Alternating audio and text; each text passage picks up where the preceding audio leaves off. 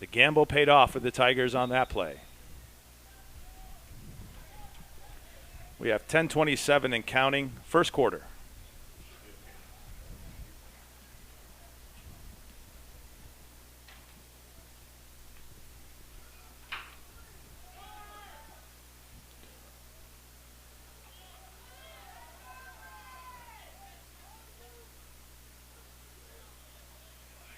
So snapped his ball around the 28-yard line. Correction, 26. Hobley takes the snap, hands off to the running back, up the middle. He gets hit, and he goes down. Picks up about 5.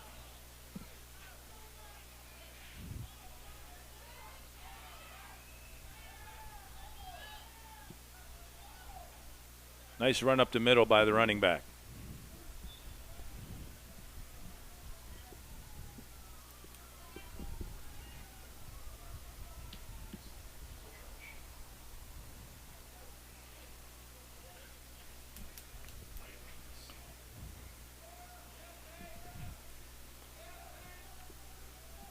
The Tigers break the huddle. Here on second down. Spread formation for the Tigers. One running back behind Hobley. Toss left, and it's batted up and intercepted by the Wave. What a play to bat that ball up in the air. And let's see who that was. They're all excited with that big play made by the Wave.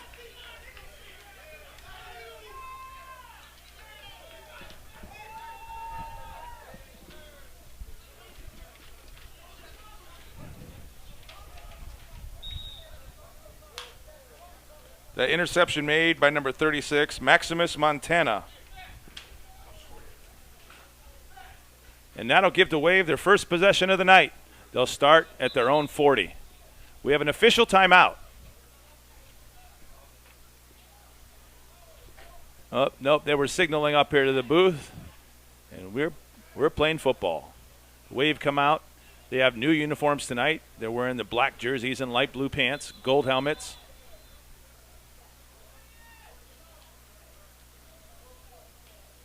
And what's going on the field? Looks like they're moving the ball up.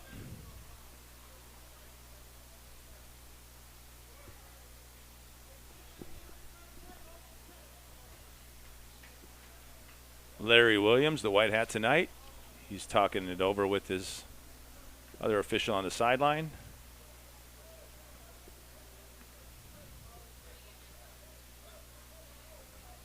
That's going to cost 5 yards to the Tigers defense. So it'll be 1st and 5. Quarterback takes the snap, handoff, run up the middle, and not much there. Oh, that's a loose football. And it's picked up. Who's that picked up by? And it's going to be Tigers football. And just like that, the Wave fumbled the ball, and it's back to the Tigers. 8:20 left, first quarter here from St. Pete.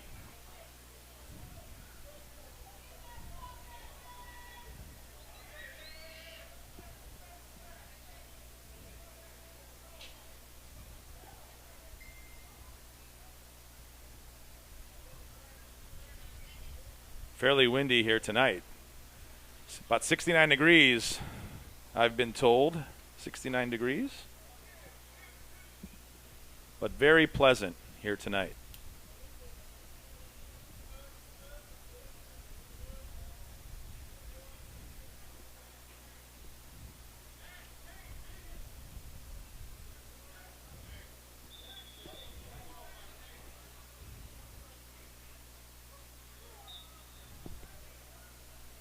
.820 left, first quarter.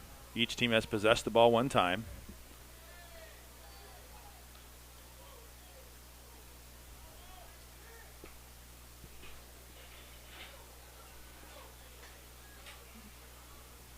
Pretty important game for both teams, as they both have one loss on the season, looking to keep moving here in 2026. The Tigers break the huddle. They're going again in a spread formation. Hobley takes a snap, drops back, steps up. He's dancing around. He spins around. He dances, and he goes down. He's got great footwork, but sometimes Those things happen. Big loss on the play.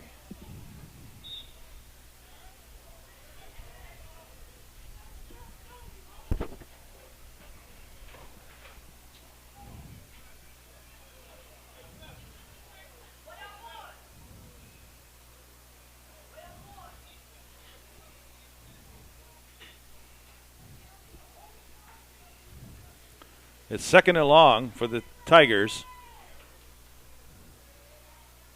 They're all the way back at their own 40. So it's going to be second down and 19. Hobley takes the snap, drops back. He's looking, throws right side, and looks like that's intercepted. Intercepted by number 7. He's running, but the whistles have blown. Check, man, check. Interception by number 7. I think that's Samuel Brown, Steve. That was a great call. Oh, we got Sakari. I finally arrived. That's it. You arrived. Did you drop down in a helicopter to get here or what? Yeah, the helicopter was late, so I'm sorry, but I'm finally here. Dropped down right in time for that interception, though. That was a great play. Amazing play. Quarterback tried to just maybe do a little too much. Good play there by leg number 7, Samuel Brown, to make a play on that ball. So far, 3 possessions, 2 turnovers. Seems like we're in for a very good defensive battle between these two teams. So break down the weather for tonight, this start of the game weather, Sakari. Well, the weather so far, it's 76 degrees, and it feels like actually 76 degrees. It is trending towards 61 later on tonight. The wind, we have a 5-mile-per-hour wind. It's a beautiful night for football. Beautiful night for football. As some may say, every night is a beautiful night for football. Yeah, it is. Except that first game over in Orlando. That was cold. Really cold. They had 50-mile-an-hour winds in that kickoff classic for the UFLX. I'm sure there was a lot of running the ball. A lot of running the ball. A lot of running the ball. All right, quarterback takes the snap, drops back, throws, left side, incomplete.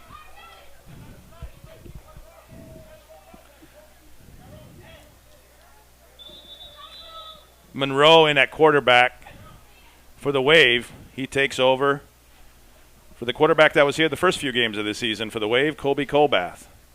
He's now over at the Highlanders.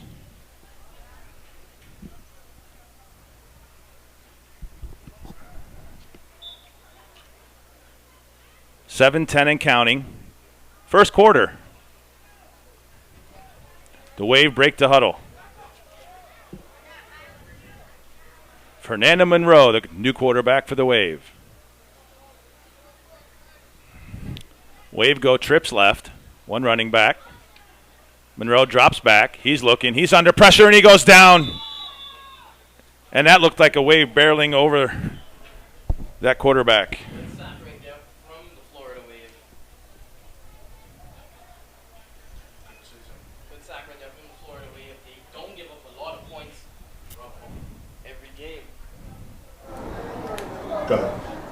Florida, we have a very good defensive team. They've only given up so far 15 points this season.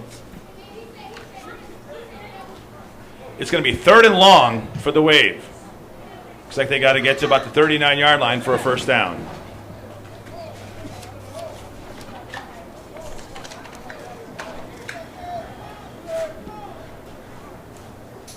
Monroe takes the snap, drops, looks, throws over the middle and incomplete.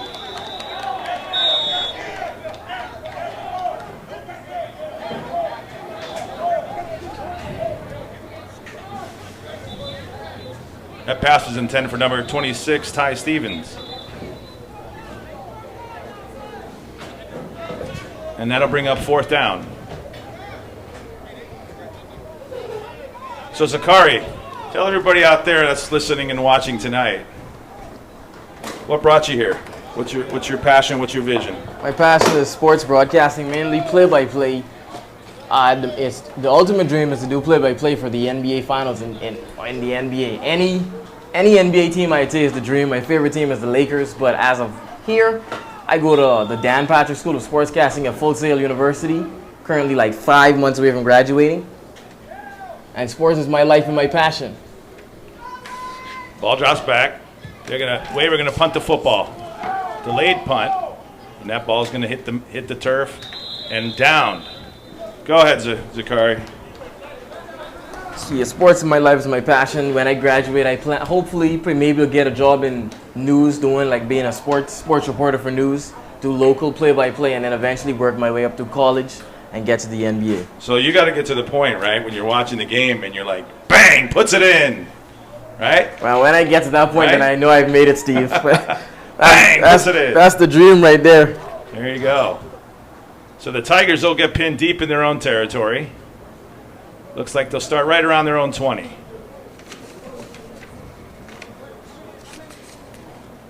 That's great to hear. Passion for sports is what makes sports great. And that's what they teach you there. Once you're having fun, or just have fun, and it'll all just translate towards the game. And you've come a little ways to be here tonight. You're not from this local area. No, sir. I'm from like Winter Park, Florida, even further to the Bahamas. Oh, wow. Yes, sir. Raised in the Bahamas for 19 years. So you're not a stranger to sunshine. Not at all.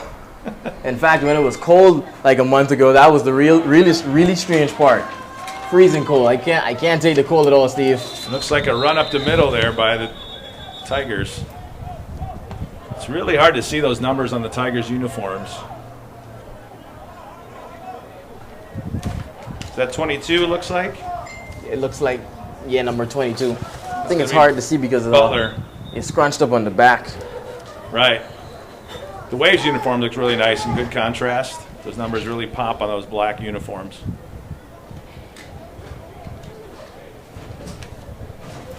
So it looks like we got second and about 3. So far, majority of this game being played in the middle of the field, Steve. It is. Hopefully that turf's going to hold up, though. It's going to get worn out here if they stay there. Hobley takes the snap, hands off to the running back, and he's swallowed up by the Wave defensive line. The Wave have a great defensive line. They're not pressuring Hobley in the backfield, then they're pressuring the running back, not really allowing a lot of easy dropbacks here for the Tampa Bay Tigers. That was number 4, Richard Morrell, on the carry.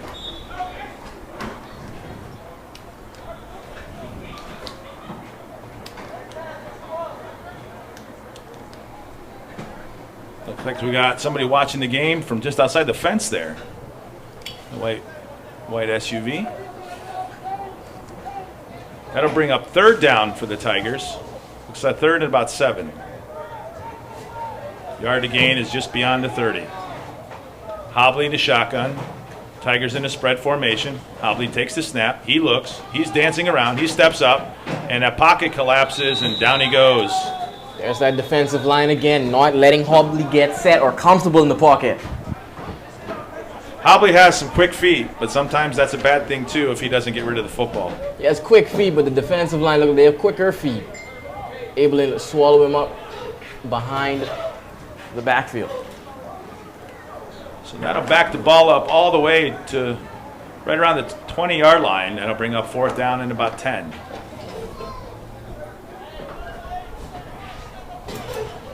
.242 and counting first quarter here in St. Pete. It's the Tampa Bay Tigers at the Florida Wave on this Sunday night UFLX Showcase Game of the Week. Punt team is out there for the Tigers. There's the snap. Punt is off. It's a low punt. Hits the turf and gets a Tigers roll. And it literally right near the 50-yard line, and that's where the Wave will take over. Like we said, the middle of the field, getting a lot of action in this one. Go over to the fridge and get a cold beverage and come back and check out the Wave on this next possession. Scoreless here in St. Pete.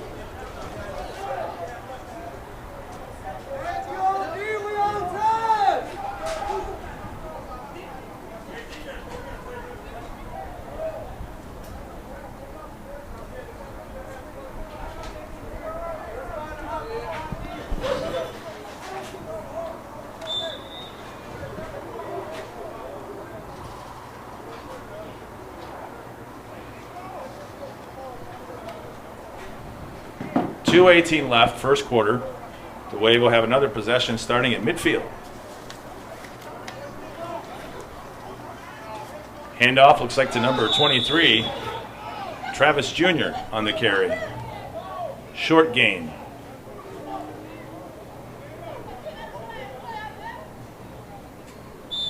Steve, the way this game is panning out, seems to be the first team to score. It's gonna either win or have a big majority going in for the rest of this one. Well, it looks like they're testing each other out here in the first quarter to see what each team's got.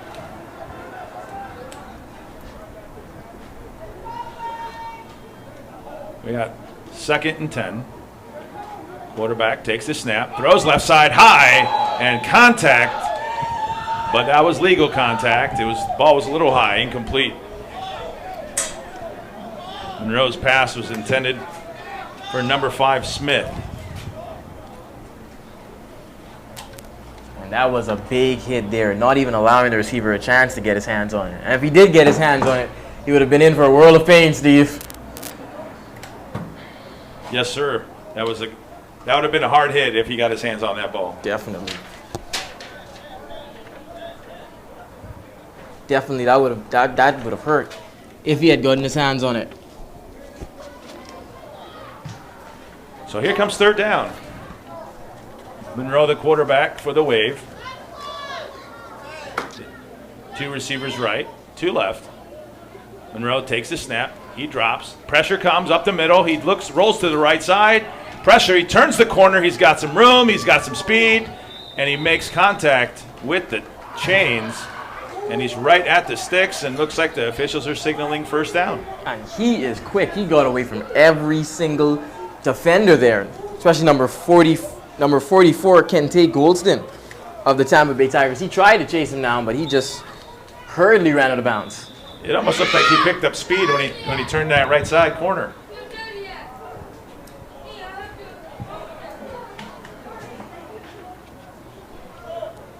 .43 seconds left, first quarter. Scoreless ball game here in St. Pete.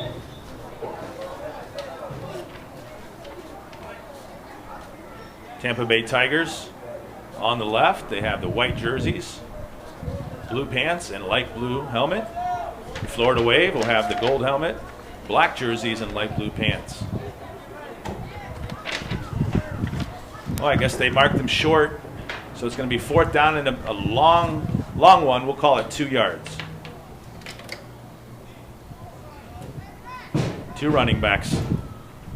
Monroe takes the snap, fakes the handoff, throws high to the right side. And right there, the Tigers are there, and it looks like it's a loose football.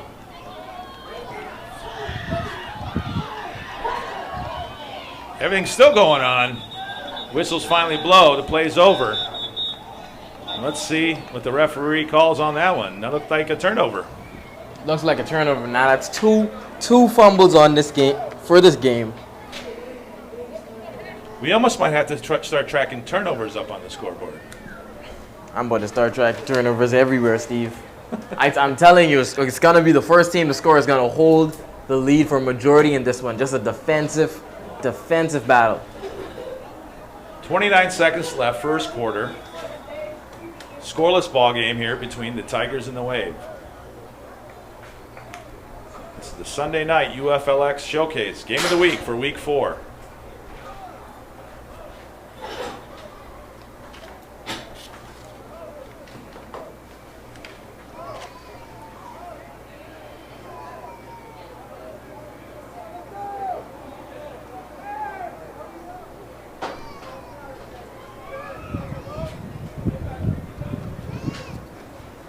Tigers will have the football, looks like just into Wave territory. See, they're getting the line of scrimmage sorted out.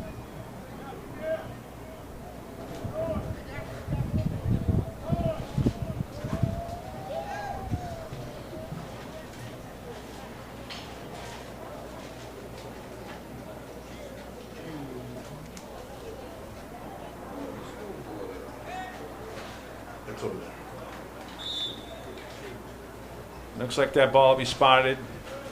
Looks like the 45. 45 of the Wave. 1st and 10, Tigers. Spread formation again. Hobley takes the snap, drops back. He's looking deep left side. The ball's up in the air. And good coverage by the Wave.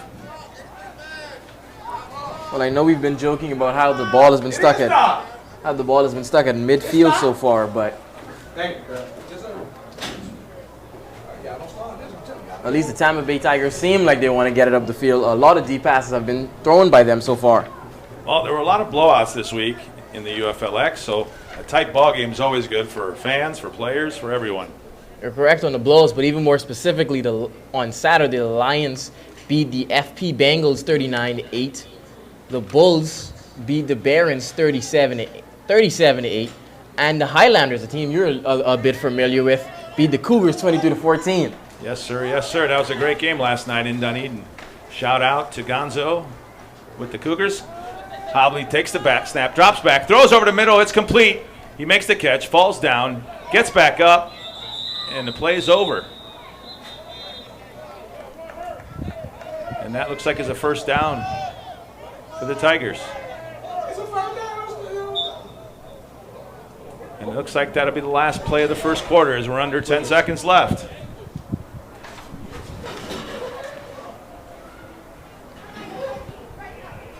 We've reached the end of the first quarter here in St. Pete, scoreless between the Tigers and the Wave.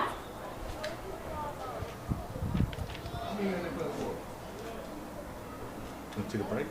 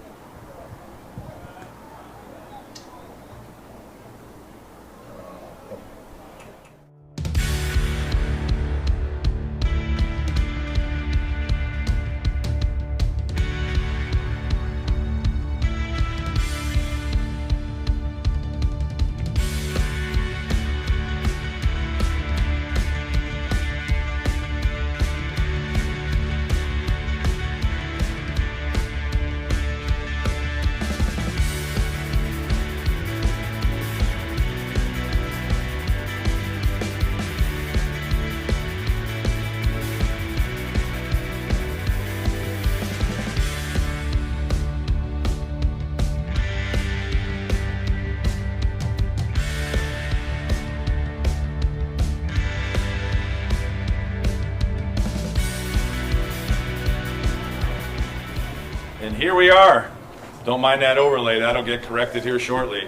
This is the Tigers and the Wave here in St. Pete. Second quarter about to begin. Scoreless.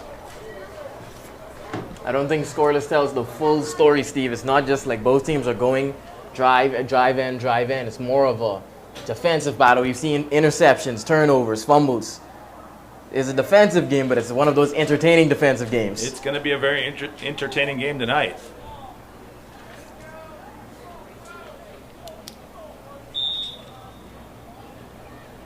Kevin Hobley, the quarterback for the Tigers. He's in a shotgun, one running back. Spread formation. Handoff, and he runs into his own lineman and falls down. I think we can give that tackle credit to the offensive lineman.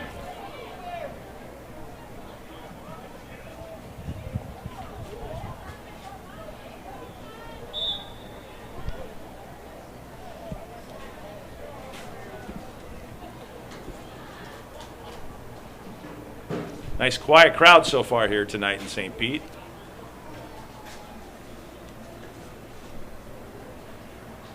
Just beyond the far side is Tropicana Field, home of the Tampa Bay Rays. We're here in Campbell Park in St. Petersburg, Florida. You much of a baseball fan, Steve? Yes, sir. Yes, sir. I come from the old days of... all right, Hobley takes a snap, drops back. He's under pressure. He spins around, and he's wrapped up by the Wave. And that's one of the sacks you're not going to know who to credit on that. Both of them took him down. Got to give half a sack for each of them. Number 34 and number 36 of the Florida Wave. So 34 is going to be Hall, and 36 is going to be Montana. We got holding against the Tigers. Let's see if they'll accept that penalty.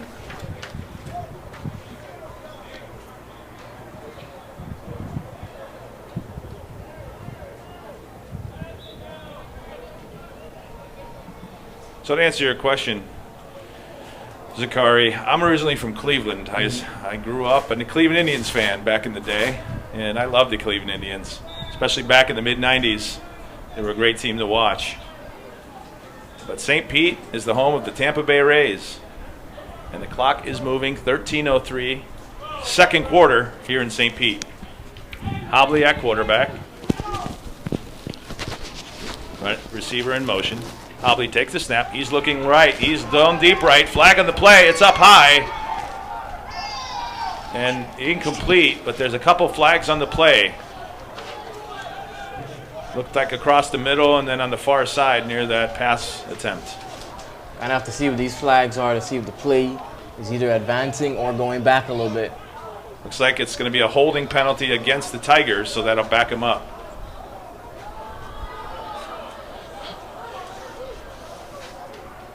The officials discussing the play.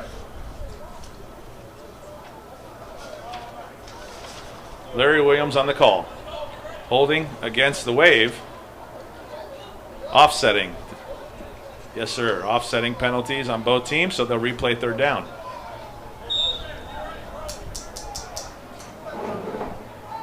And that could be crushing, especially when you get a flag. You think maybe your team has an advantage and it's going to go up the field.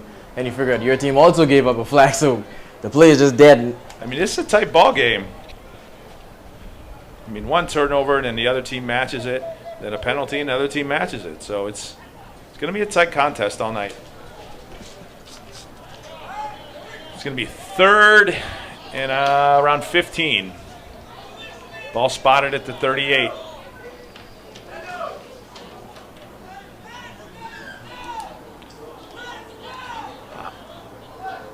Hobley in the shotgun. One running back to his right.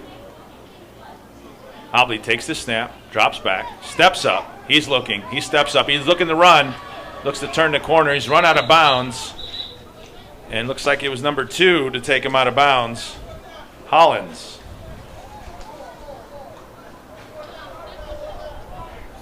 And that's going to bring up fourth down. Boy, Hobley is fast. No one's catching him if he gets into the open field. I think the defense is doing a good job, at least not allowing him to break the line of scrimmage too much times, kind of keeping him in the back there. Because they know if he breaks that line of scrimmage, he's gone. He's always that threat every time he's on the move. So watch for that tonight. And that's such a valuable asset to have a dual threat quarterback like that. Someone who can sling it out of the backfield and also run up the field. Kind of stretches your defense a lot. It forces you to focus on multiple things at once.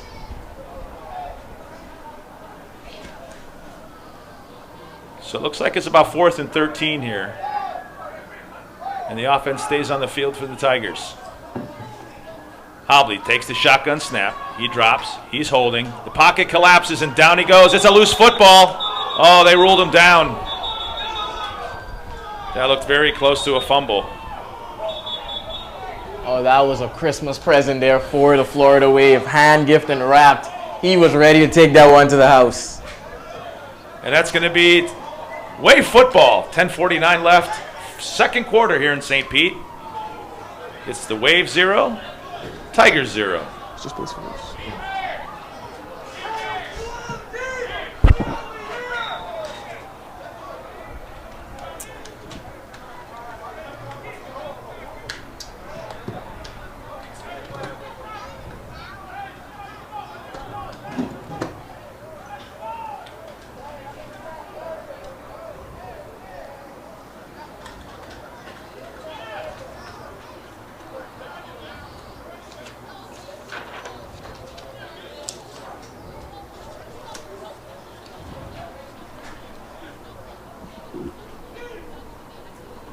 All right, here we are back to football action. That ball, guess where it is, Zakari? It's right on the 50. On the 50 again. Seems like that's the money yard or money area of the field so far in this game.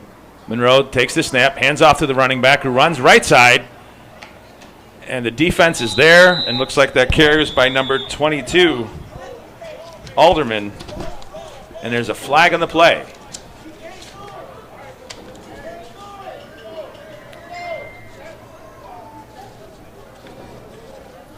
Looks like the call is going to be holding against the Wave. Oh, look who's up here. I smell a Mac. Commissioner Mac is in the house tonight. Commissioner of the UFLX. He's here in-house on the ground in St. Pete.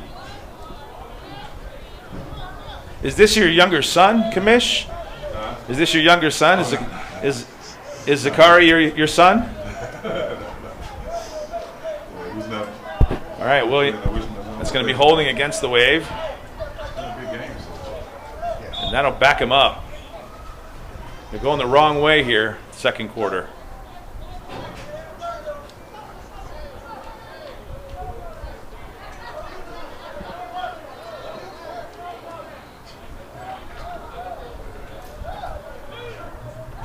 First down, ball will be snapped around the 35-yard line.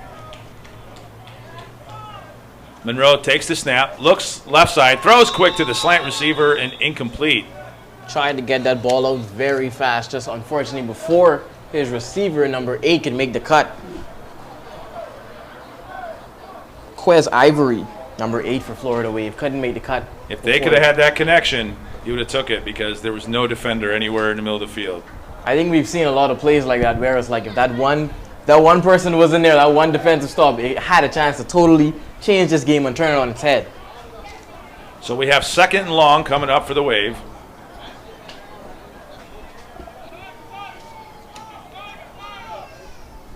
Spread formation for the Wave. Monroe takes the snap. He steps back. He rolls to the right. He's looking downfield. He's got time. He throws, and it's low and incomplete. And that was some good pressure there from the D lineman, not allowing Monroe to see anything on the field, kind of forcing him to the sidelines, forcing him to make a either tough crossbody throw or go out of bounds. That pass attempt was to number 5, Sanchez Malsby, Jr. So now it's third and an ocean distance because they got to go quite a ways. They got to get all the way down to the Tigers 40. This ball will be spotted at around the 36 of the Wave. And we have a stoppage. We have timeout Wave with 10:26 left. Second quarter, scoreless here in St. Petersburg.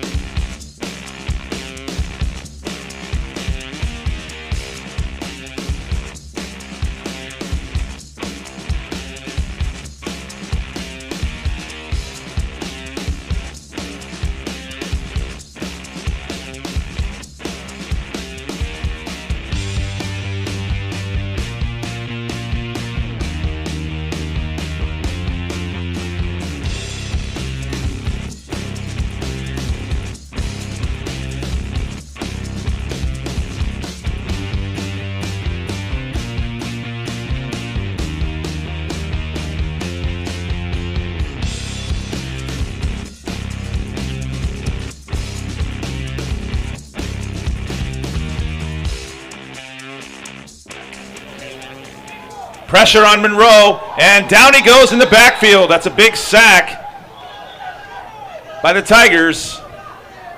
Once again, another great defensive play from the Tampa Bay Tigers.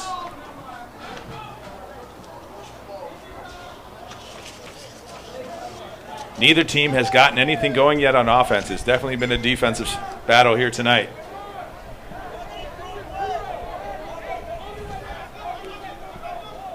So that ball will be spotted at the 20. So this is going to be 4th and 40.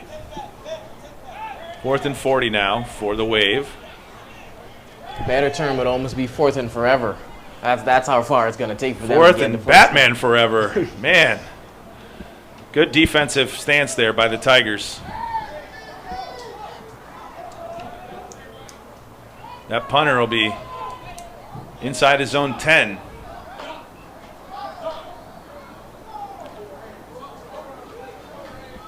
And there he gets the punt off.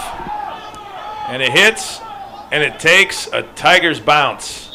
That's going to be great field position for the Tigers right around the 40-yard line of the Wave. Well, Steve, we're making progress in this game now. Instead of the 50, they're at the 40. Good call. Good call, Zakari. We're moving. Yes, sir.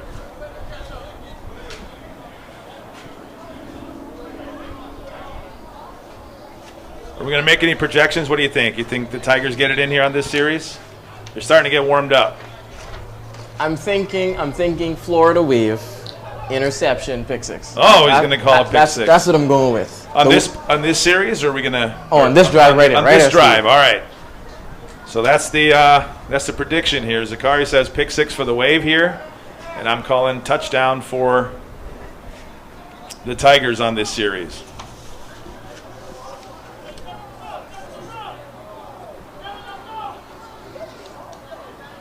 First and 10 Tigers. Hobley takes the snap. He drops. He's got pressure backside, and down he goes. He throws it away. That was a forward pass, and we have a flag at the end of the play.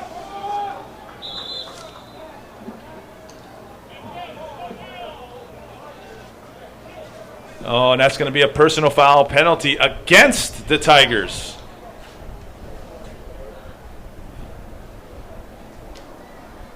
That didn't end well for the Tigers. At all.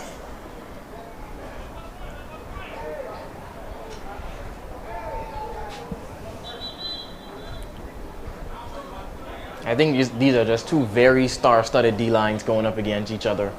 Pressure constantly in the backfield. Quarterbacks constantly have to get out the pocket, break the play, and just try to create something. Good job here for the defensive line coach of both teams. 9 minutes and counting here, second quarter, scoreless. It's the Tampa Bay Tigers at the Florida Wave. Looks like the ball be spotted at about the 47-yard line. Tigers second and long. Hobley takes the snap, hands off quickly. They're running back on the right side.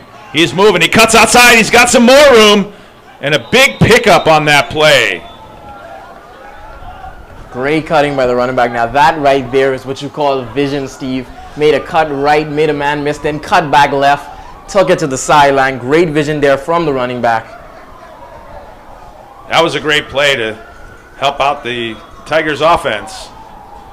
And they're back to where they're down to the 30-yard line of the Wave.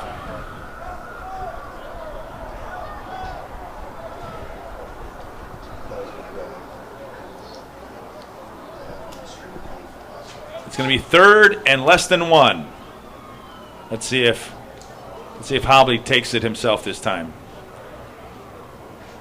Takes the snap, hands off to the quick running back up the middle, and he's hit forward, and that's going to be a first down.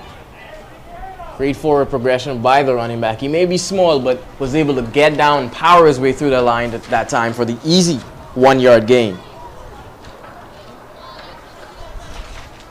Getting closer, Zakari, getting closer. My money's still on the pick six at the goal line. That field does shrink as it gets closer to that goal line. Yes, sir. Way harder to pass, way harder to get offense. And, Steve, it's good to note the wind has definitely picked up. We're now at 7 miles per hour wind. Our paper's flying everywhere. Hobley takes a snap. Handoff to the running back who doesn't get much. He's lucky if he got back to the line of scrimmage.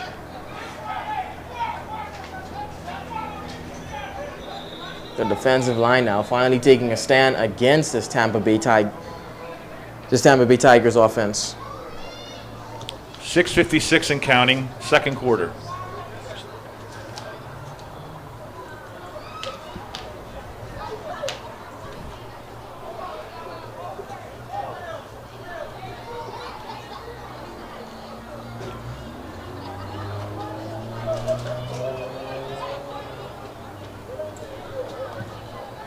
So it looks like it'll be 2nd and 10 for the Tigers from about the 26.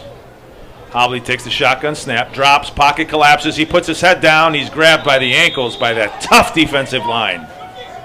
And that defensive line is making us stand on the goal line. Great play there by number 55. It appears to be number 55, yes. Yes, that was 55.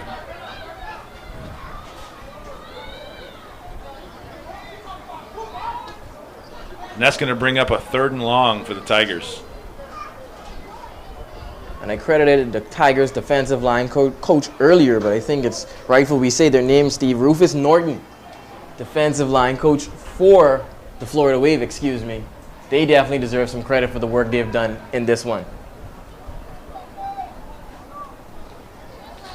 5:36 and counting, second quarter. It'll be 3rd and long for the Tigers.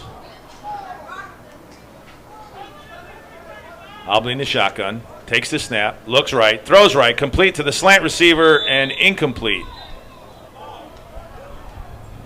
And that pass is deflected by number 7, Samuel Brown. So that'll bring up 4th down. Let's see if the offense stays on the field here on 4th and about 13.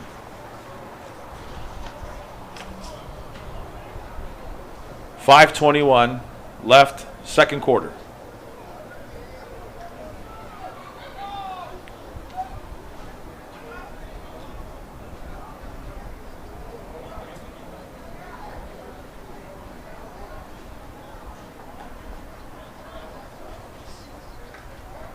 The officials look like they're discussing something. We're back to football. Tigers break the huddle.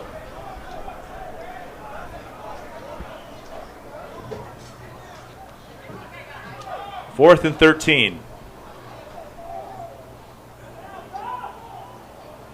Hobley in the shotgun.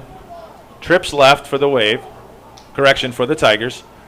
Hobley steps up. He throws it up high, flagging the play, and it's a great catch inside the 10. But there's a flag on the play. Let's see what that flag is.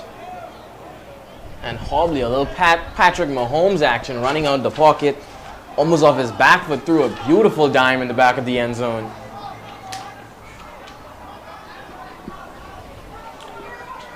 It's going to be holding against the Tigers, and that will negate the play, sir.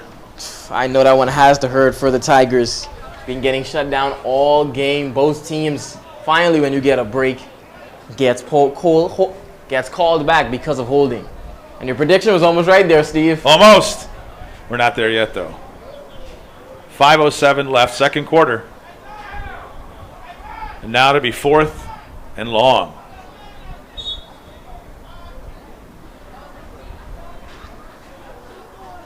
Zakari, any wonder why the Tigers aren't punting here to try to pin the wave deep? Because the reason they're not punting is because if I have a quarterback like Kevin Hobley in my backfield behind center, you're definitely go for it here. Because if you don't get it, the wave aren't in very good field position, and we've seen how both teams have kind of struggled to move the ball. Looks like the first down is right around the 15-yard line. This ball be snapped from, it looks like, the 40.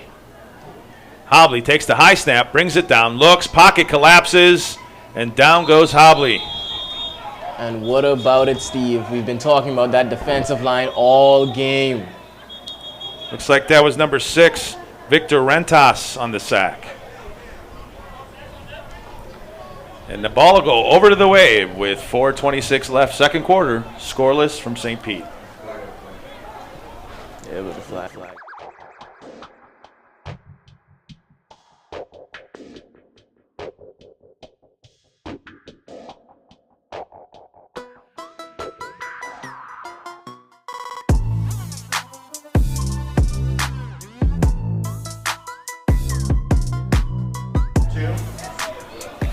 So that was premature excitement. It was a defensive hold against the wave. So that'll be a 10-yard penalty. And the Tigers will get to redo 4th down. Now it's 4th and a little bit more manageable. A little bit more manageable, yes, sir.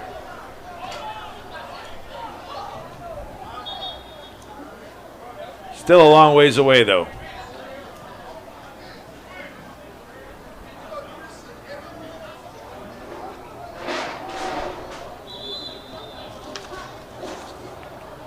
Oh, no, they're going to give him the first down.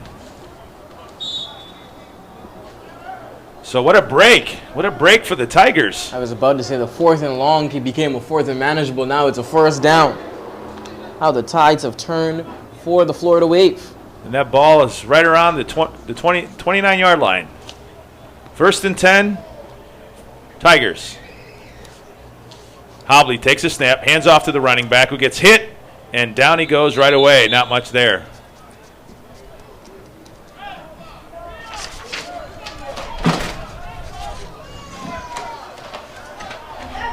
Stifling defense here for the Florida Wave. Clock moving, 3:51 and counting. second quarter.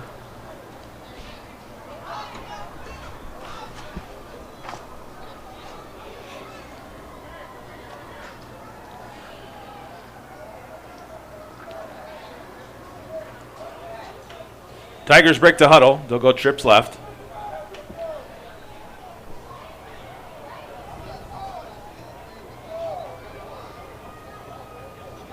Hobley takes the high snap, brings it down, throws it right side. He's got a receiver open and connected.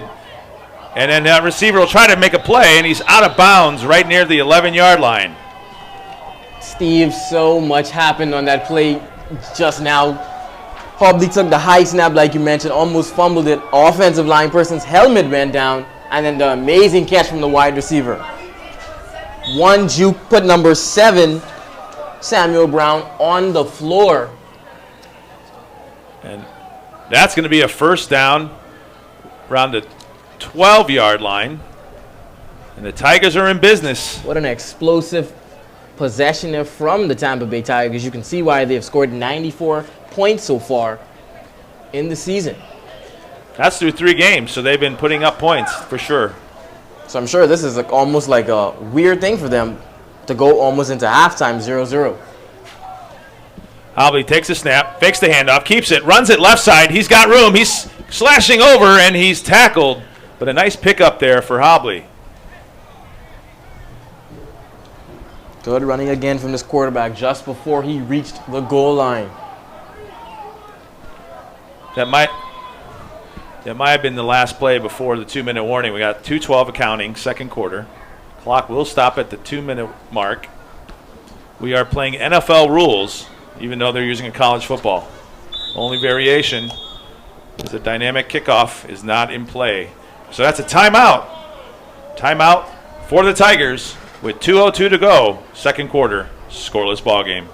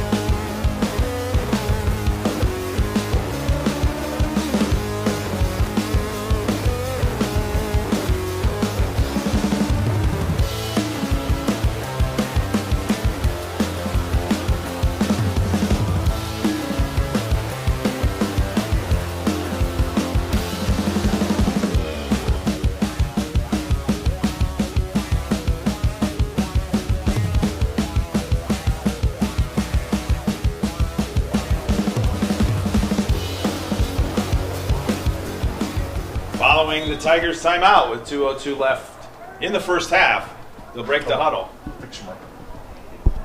They'll break the huddle. 2nd and 6. Hobley takes the snap, hand off to the running back. He's up the middle, he's in! But there's a flag on the play. Let's see what the call is. Florida Wave are praying that it's on the Tampa Bay Tigers and they didn't just give up a touchdown there. And it is. It's going to be holding on the Tigers. That'll take 6 off the board. And the prayer is answered. Florida Wave once again holding up the Tampa Bay Tigers.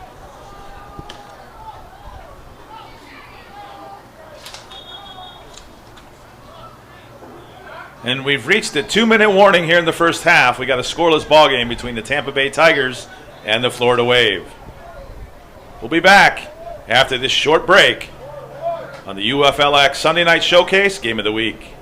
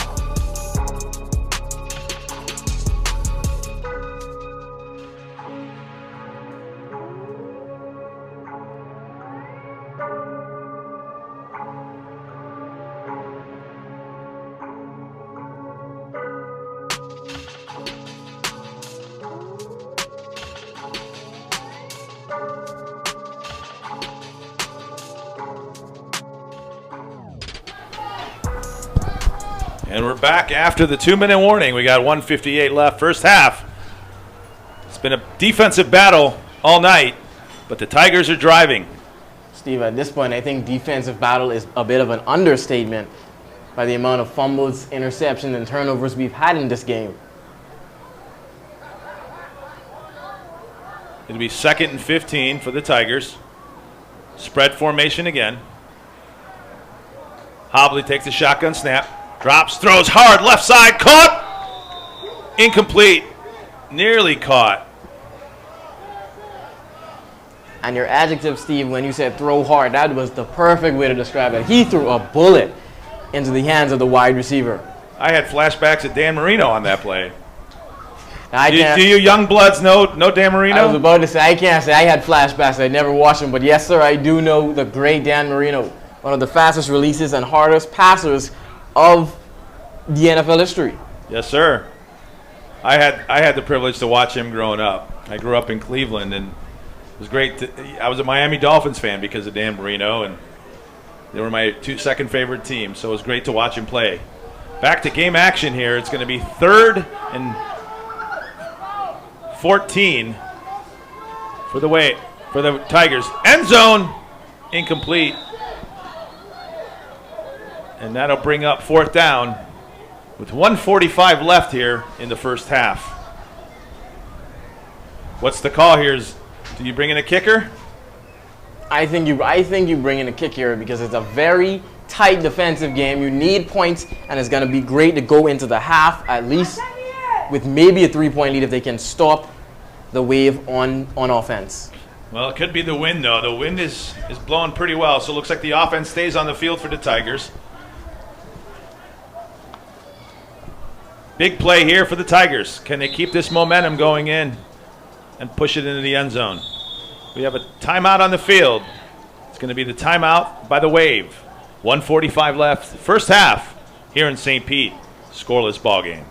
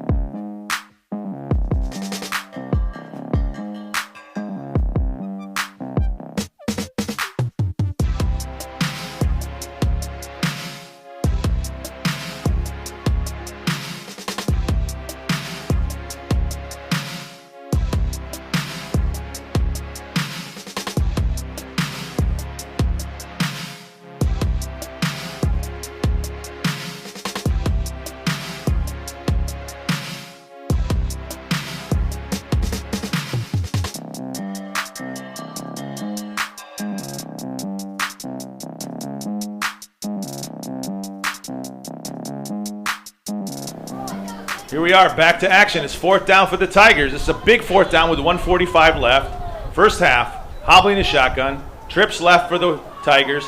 He's under pressure. He steps up, spins, and no, he's still on his feet. He's moving, and he throws it up. There he is! Oh my, what a catch!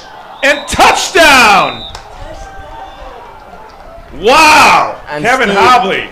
Steve, what did we just witness? Pure magic by Kevin Hobley.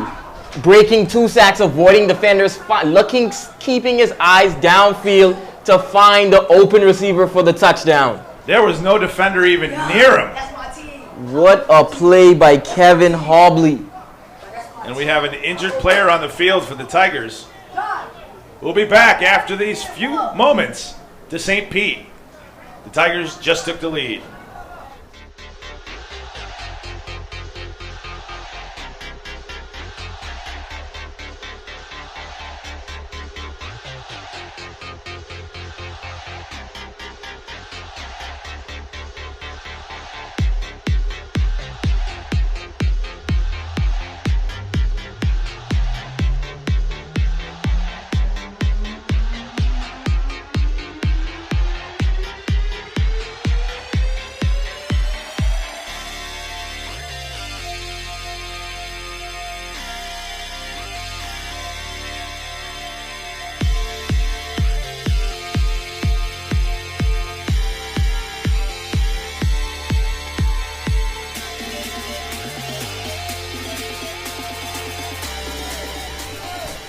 Wow, what a play. So those of you that just joined us, 1:31 left, first half. Kevin Hobley for the Tigers. Razzled and dazzled and put the Tigers up on the board, throwing a touchdown pass. Razzle dazzle is a great way to put it. I haven't seen anything like that since maybe prime Mike Vick. The offense stays on the field, so the Tigers will attempt a 2-point conversion.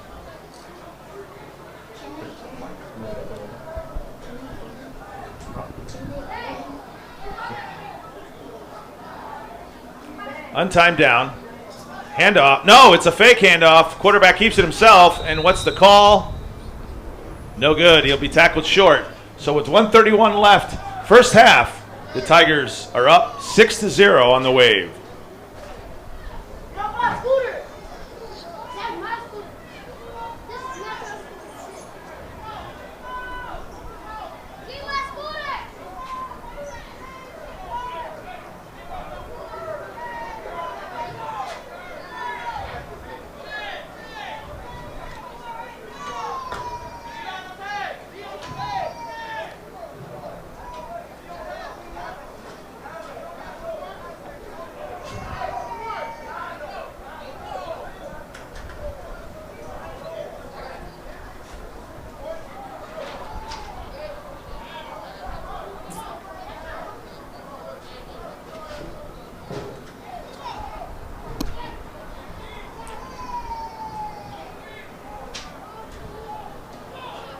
All right, following a touchdown by the Tigers. It's been a defensive struggle all night long, and the Tigers finally get into the end zone. Hey, Zakari, guess what? What, Steve? You owe me a Coke. Oh, Remember? yeah, it was a throw-in You owe me a touchdown. Coke. I was hoping that it was going to be a rushing touchdown so I could have found a loophole in there because you said passing touchdown. So we can debate it at least, right? So we can debate it. But now we can't even debate it like you mentioned. Beautiful pass there by Kevin Hobley, quarterback for the Tampa Bay Tigers. So on a windy night, looks like there'll be someone holding this ball off the tee for the Tigers. 1:31 left, first half. First kickoff since the start of the game, Steve. Let's see what happens. And that's a good kick, deep, and that's going to bounce. Looks like near the end zone, picked up by the return man who runs around, and he's taken down. So not much there for the Wave return team. 1:22 left, first half. Tigers lead 6-0. Good special teams defense by the Tampa Bay Tigers to get him pinned back, to tackle him pinned back in his own area, the Florida Wave returner. Zakari, what do you think here? You think the Tigers are going to look to try to get some more points before the half from the defense? I was about to say, Steve, definitely blitz. See if you can either get maybe a safety or at least, like you said, cost a quick 4 and out, 3 and out, and get the ball back, get some offense. Very windy now as all our paper was getting blown around here in the press box. I was about to say, previously updated and said it was now up to 7 miles per hour. Let's see what it's up to now. Still 7 miles per hour.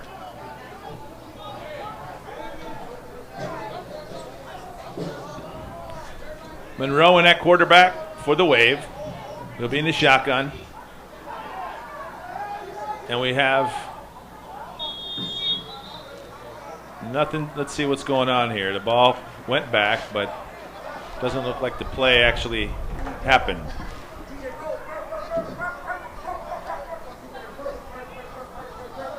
Looks like offsides against the Tigers. Looks like they got a little aggressive there, because it looks like they're bringing the house here.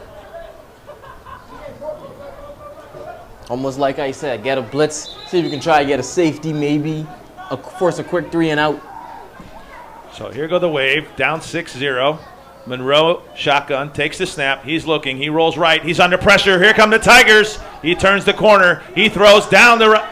He's got a man. Oh, and off his fingertips. That was number 0, Booth. Nearly made a big play for the Wave. What a scramble there from Monroe. Avoided every single defender for the Tampa Bay Tigers. Managed to get it out almost like a 30-yard throw deep down the field. Couldn't connect. Great defense there from the Tampa Bay Tigers. That would have been a big play for the Wave if they could have got that connection. I think that would have opened up the floodgates. We've just seen a touchdown on the other end, and then a big play like that. Don't go anywhere, folks. We got 1:08 left, first half. Waver down deep in their own territory, but let's see what they can get accomplished here. Screen play, left side. Complete. He'll take off up the field. He's still on his feet. He bounces outside a tackle. Uh-oh, there he goes. One man to beat, and spins, and he's still on his feet. And out of bounds with 53 seconds left in the first half. And looks like that was number 22, Butler, on that screenplay. Big connection. that was just great on the screenplay. Beautiful, well executed, exactly how a screenplay is supposed to go. Free up the defender. Easy free field up. Good running lanes. And looks like the officials have stopped the clock.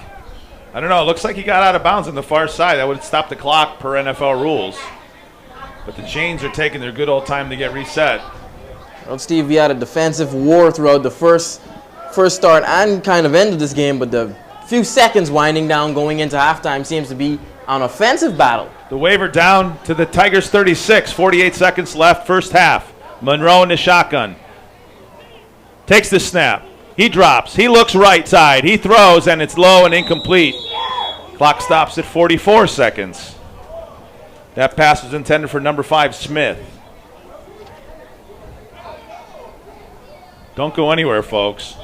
Wait till halftime to go refill your glass. And Smith seemed like he was running maybe an out route there and just overthrown by Monroe.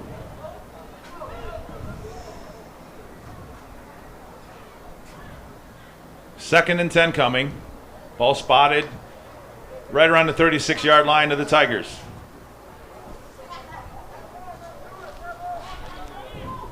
Monroe in the shotgun. One running back. Takes the snap. He drops. He looks. He rolls right. He steps up. He throws. Oh, incomplete.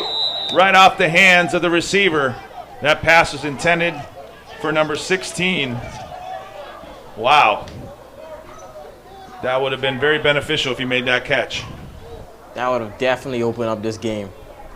The Wave do have a pretty good kicker over there. He's got some distance, so don't be surprised if they come up with a field goal attempt late here first half. 38 seconds left to go.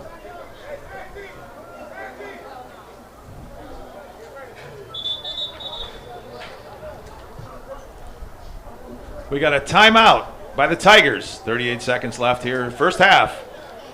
It's the Tigers 6, Wave 0 on the UFLX Showcase Game of the Week for Week 4.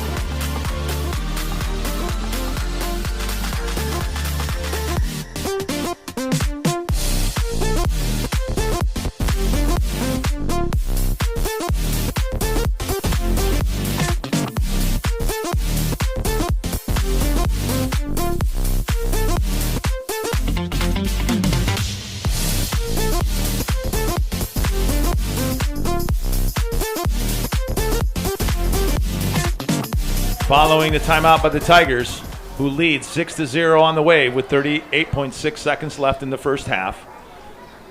3rd and 9 coming up for the Wave.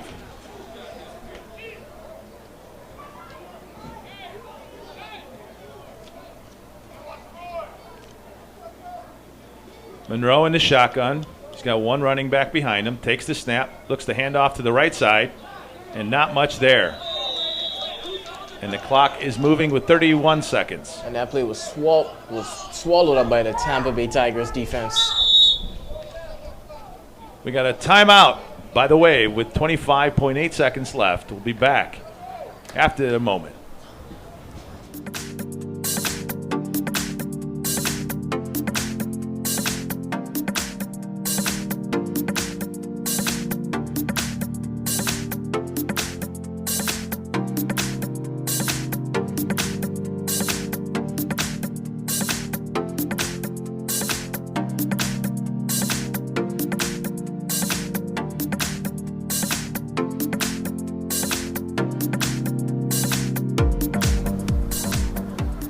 Following the timeout, 25.8 seconds left.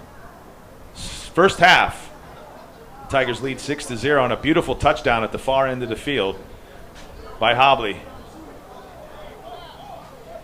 It's going to be 4th and 10 for the Wave. The offense stays on the field.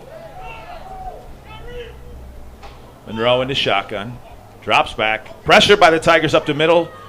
Monroe rolls out to his left. Throws. Incomplete. And the bend but not break defense of the Tigers holds. So with 18.7 left first half, the Tigers take over. And the Tigers now, great defense to close that one out. 18 seconds to see if they can put something up, put even more points up on the board, and go into the half with a great lead. Let's see how aggressive the Tigers come out here. If they're going to try to push it up the field or if they'll be content with a 6-0 lead going into half.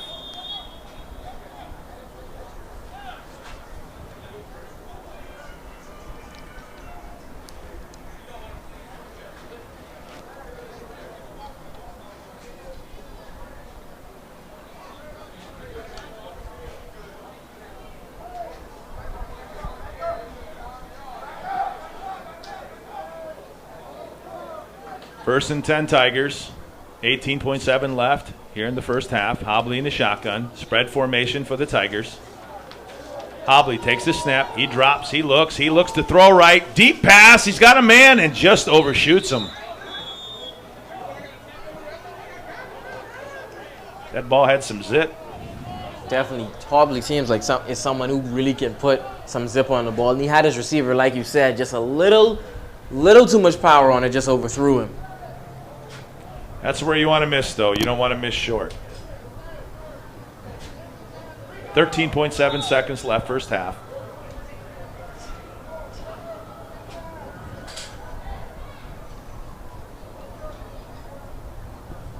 Let's hope the aggressive call here by the Tigers doesn't come back to get them, as they're up, but they're in their own territory late first half. You're correct, Steve. A mistake here can maybe make them go into the halftime with the deficit instead of the lead. It looks like they line up. They're going to take a knee here. Hobley takes the snap, takes the knee, and 11 seconds left and counting. That'll be the last play of the first half. Well, Zachary, it's been a fun first half. It's been a fun first half. If you're maybe a fan of the Steel Curtain Steelers or the back in the day Bears defense, this has been a great defensive game so far, Steve. So we'll be back in about 12 minutes halftime. So, gentlemen, go spend some time with your ladies. We'll be back in about 12 minutes for the Sunday night UFLX Showcase Game of the Week. The Tigers lead 6-0.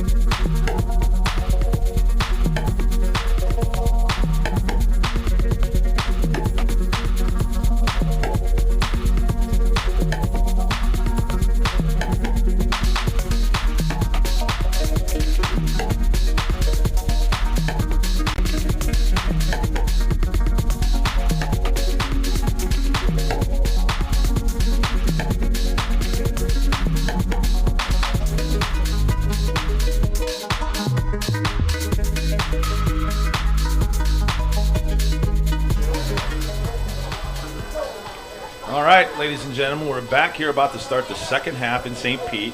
The Tampa Bay Tigers got a late first half touchdown to go up 6-0 on the Wave.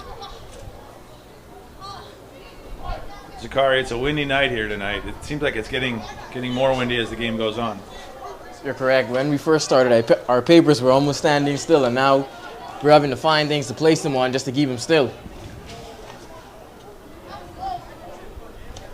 For those of us that are just joining us, the Wave will be in the black jerseys, light blue pants, gold helmet, and the Tampa Bay Tigers are in the white jerseys, light blue pants, and light blue helmet.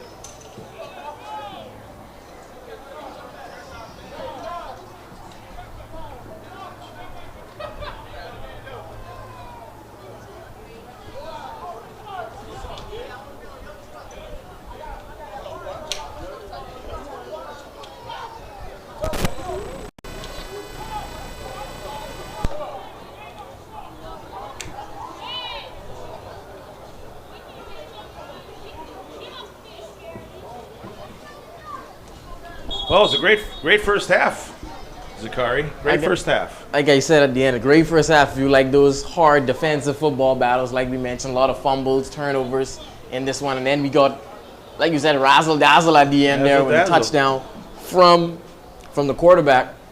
Great plays from both teams.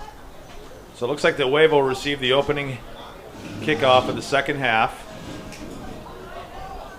The Wave have had some chances, though, but they couldn't sustain their drives. I agree with what you said. Both teams, I would say, have had their fair share of chances, but just great defense, both secondary and the defensive line, especially the defensive lines. Credit to the D-line coaches of both teams being able to shut down both quarterbacks to a reasonable degree. Thank you to the officials for picking up the yard markers on the far side. We'll have a Tiger player holding the ball off the tee due to the windy conditions. In the backdrop, you have Tropicana Field, and here we go. Short kickoff. Return looks like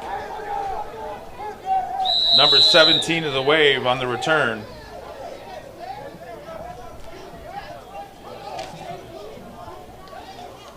And that's where the Wave will start their first possession of the second half.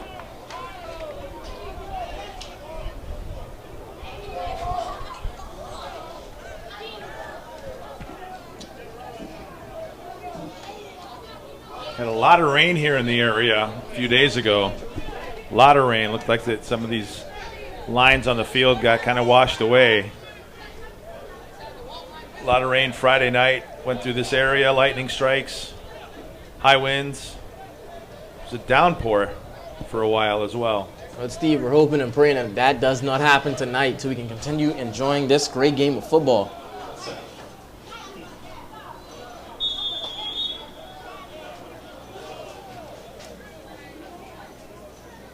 So it looks like they'll start around their 44-yard line. The Wave down 6-0, early third quarter.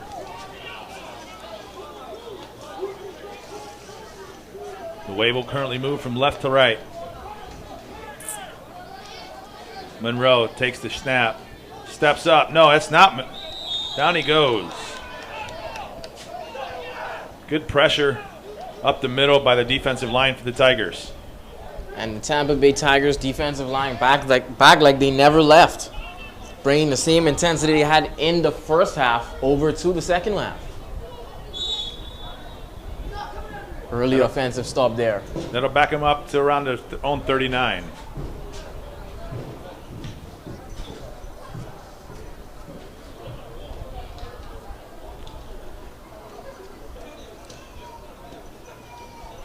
The Wave break the huddle.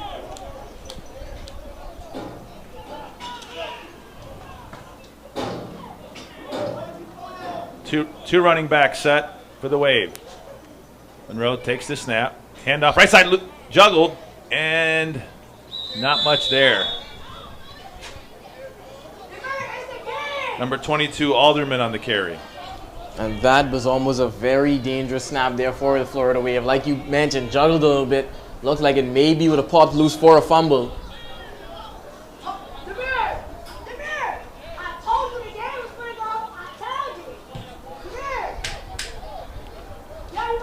It's going to be 3rd down and about 12 for the Wave.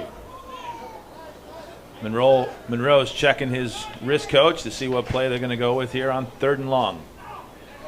2 running backs. Monroe takes the snap, fakes the handoff, rolls around to the right side, throws it sideline. Incomplete. And that'll bring up 4th down. And those are one of those plays that hurt because you did a whole lot just for an incomplete. Great pass rollout by Monroe, and even a better catch by the wide receiver, just incomplete. It just seems like the Wave offense can't get going tonight. You're correct. Nothing they've tried to do is seem to work. Can't really put together a reasonable drive. We got 13:09 in the 3rd quarter. The Tigers lead 6-0 here from downtown St. Pete.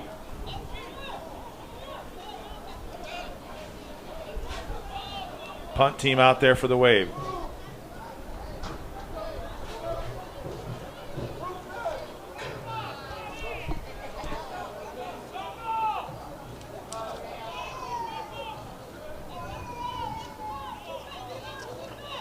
Looks like Tovar, the kicker, is also going to have punting duties tonight. Oh, that's a bad snap. The punter wasn't awake, and that ball is tipped, picked up by the defense, and he's in for 6. Oh, my. And Steve, what has this game turned to? A messed up punt turns into an easy touchdown for the Tampa Bay Tigers. It just looks like the punter wasn't ready. The ball got snapped, and he wasn't even looking at the ball. Just a bit of miscommunication there from the Florida Wave, and the Tigers were happy to take advantage, full advantage of that. And like you said earlier, it's going to be something like that changes the tone of this game. You're correct, because at a 0-0 game, you can kind of play more balanced, kind of like you mentioned at the start of it, feel out your opponent. But a 12-0 game now, you really have to get your offense going, maybe go deeper into the playbook, try bigger plays, and get those big gains. Well, what I'd like to see is that the Wave came out here on their first possession of the second half. They came out and tried to run the ball. They came with a tighter formation and tried to reestablish the line of scrimmage, and unfortunately, special teams play by the Tigers, and they pick up 6. 13 minutes left, 3rd quarter. And the offense looks like will come out. They'll attempt a 2-point conversion.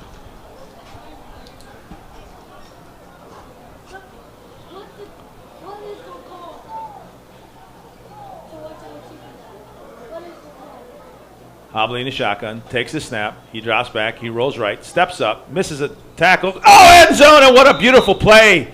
And the conversion is good.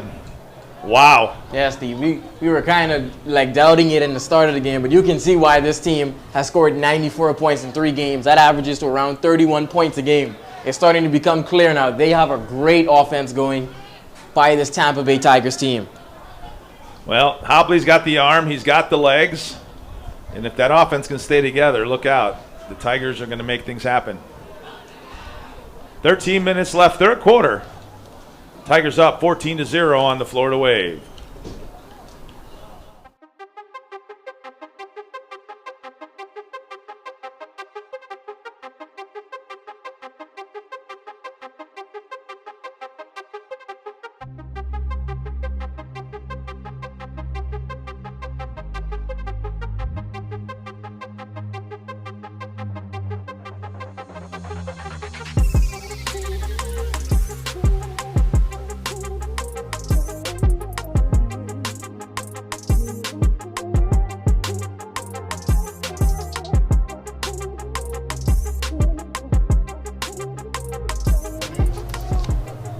Here we are back to football action. The Tigers up 14-0, and here's the kickoff. That ball will bounce, picked up by the return man on the right side. There he goes. He makes a spin move and goes down after a short return. Zakari, this tight game has kind of opened up a little bit. Yeah, we kind of talked about how if one score happened, then the floodgates would eventually just start to pour in.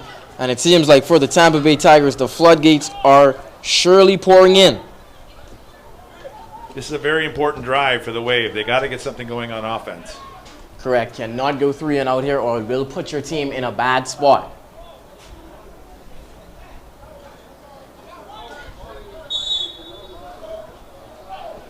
First and 10 Wave from their own 29.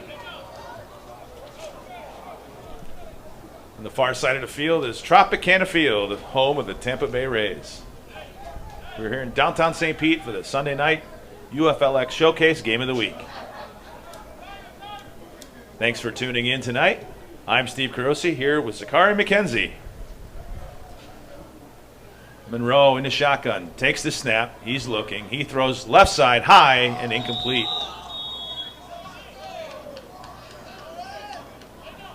Monroe just overthrew his receiver there, number 26, just overthrew him. Ty Stevens.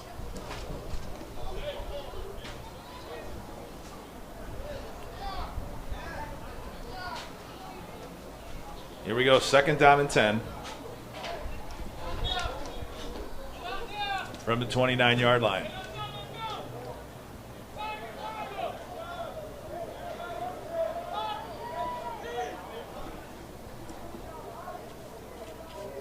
Monroe in the shotgun.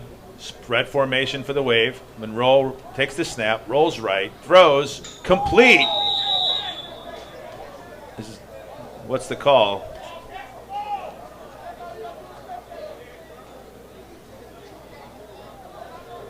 Looks like an incomplete pass. Incompletion call by the referee. Tigers still can't get a lot going. All right, look who came over with his, what is that, grape-flavored crush. It's Mac Magic, commissioner of the UFLX. Mac will be on with an interview at the end of the third quarter. So don't run too far away, Commish.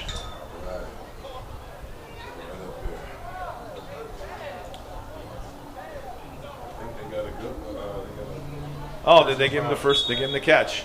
Nah, it was a penalty. Yeah, roughing the pass. Oh, looks like we got a penalty against the Tigers for roughing the quarterback. So that'll give the Wave a first down out just across the 40-yard line. Monroe takes the snap. He rolls right. He's under pressure. Throws right and incomplete. That pass is intended for number 22, Alderman.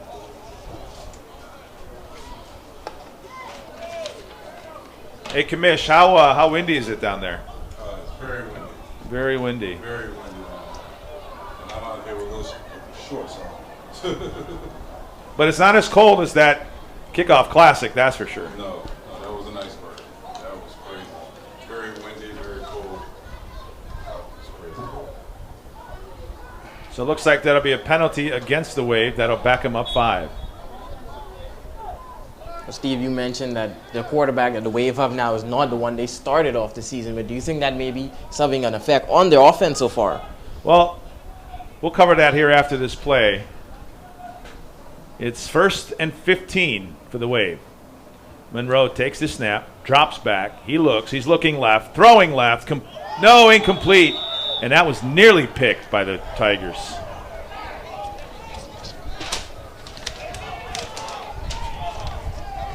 So this is the first start of the season for quarterback Monroe. Previous quarterback for the Wave was Kobe Colbath. Colbath now over as one of the quarterbacks with the Dunedin Highlanders. So it does take time to get in sync on offense.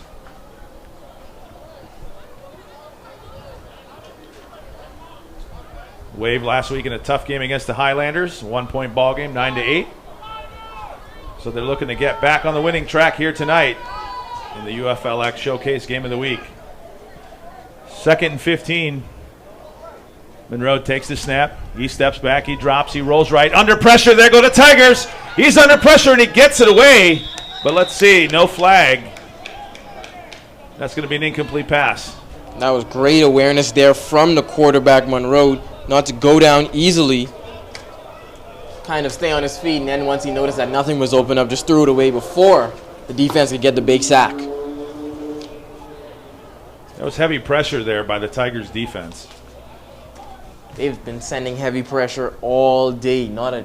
Monroe hasn't had a lot of time in the pocket to deliver the ball. 12:22 left, third quarter. Tigers up 14-0.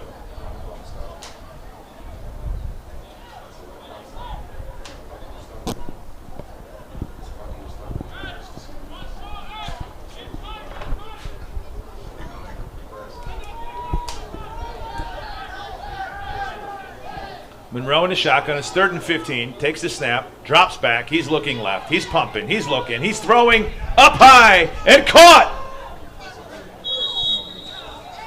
Complete to number 0. Looks like Squire Blakely on the reception, but there's a flag on the play. What'd you see on the backside of that play, Zakari? Pretty sure the referee is going to call a holding call on that one.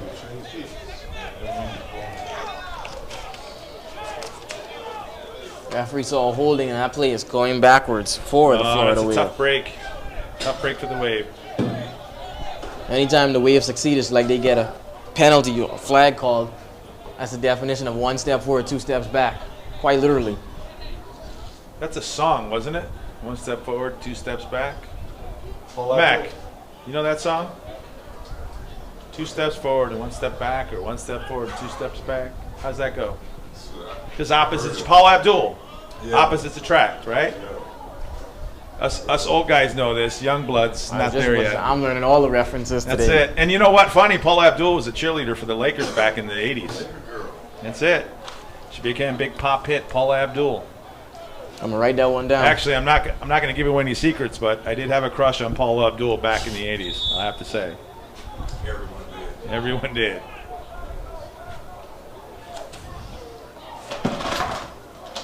So, Paula, if you're listening, come down and see a UFLX game. We have an open invite. Come see the Dunedin Highlanders. You can sing. So it's going to be 3rd and very long for the Wave. Monroe takes the shotgun snap. He drops. He's under pressure, and down he goes. And a flag at the end of the play.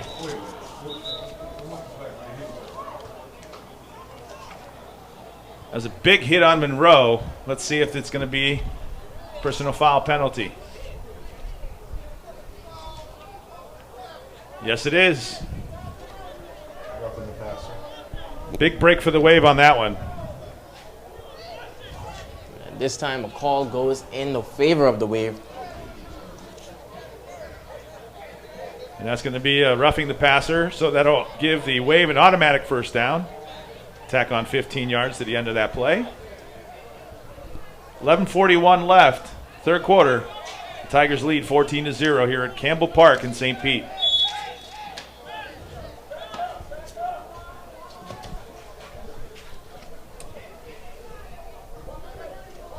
Monroe takes the shotgun snap. He drops back. He's looking left, throwing left, up high, and tipped and incomplete.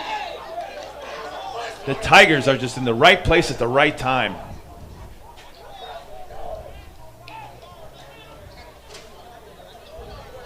Good read there by Monroe. Just a better defensive play by the Tampa Bay Tigers linebacker to jump up high and almost tip that ball and tip the ball.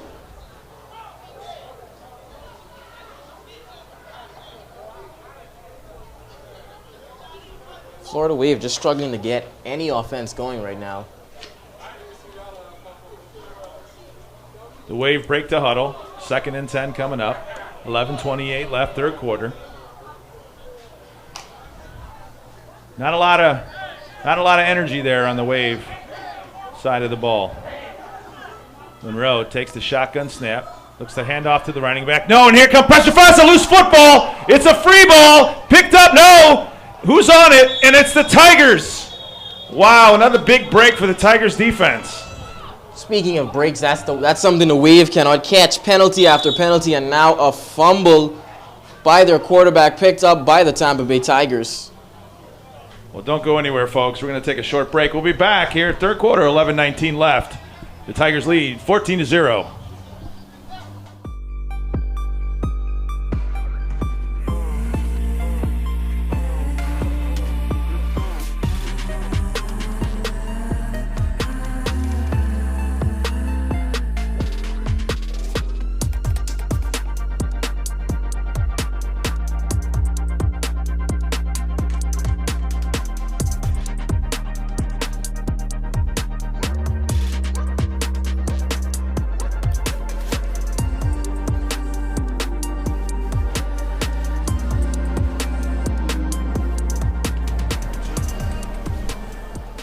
Following the Tigers' turnover, they're threatening again here in the third quarter. Hobley takes the high snap, hands it off to the left side. Running back's got some space. He's got some room on the left side. And he's down inside the 10-yard line. And the clock is moving. We talked about this earlier, Steve. Just a quick, shifty running back. Takes the ball, makes a lot of quick cuts, and has very great vision. Sees the hole and attacks the hole. And I hate to say it, but it's been all Tigers here tonight. You're correct. All Tigers so far. Florida Wave haven't been able to answer. And it looks like there's a Tiger shaking up on the play. So we'll be back. Third quarter, 10:45 left. The Tigers lead 14-0.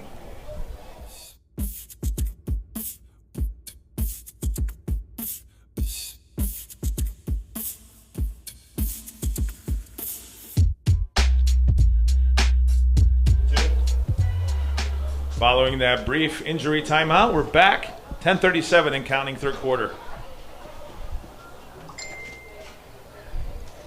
The Tigers are threatening again. Ball spotted, looks like around the 2-yard line. We're just inside the 2. Very windy night here in St. Pete.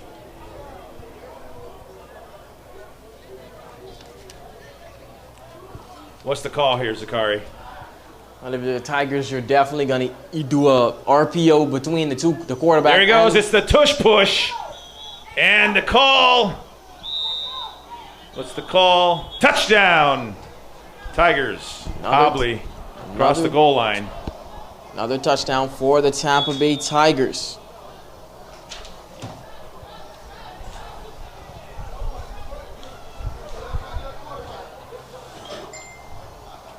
And you look at body language. Look at the body language on the Wave side versus the Tiger side.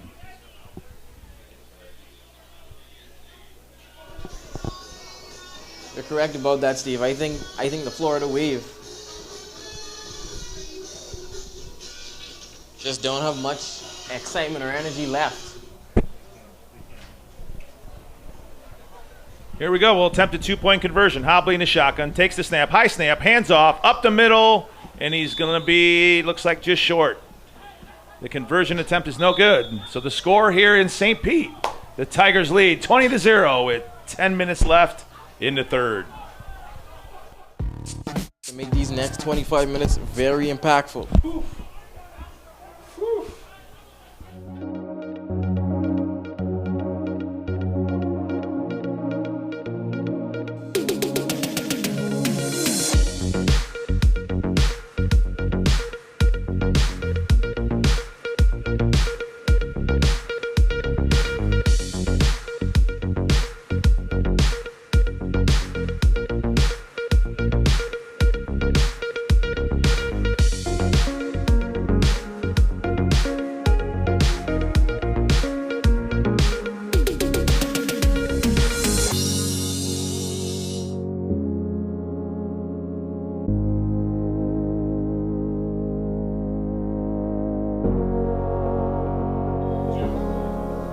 All right, ladies and gentlemen, we're back here. 10 minutes left, third quarter.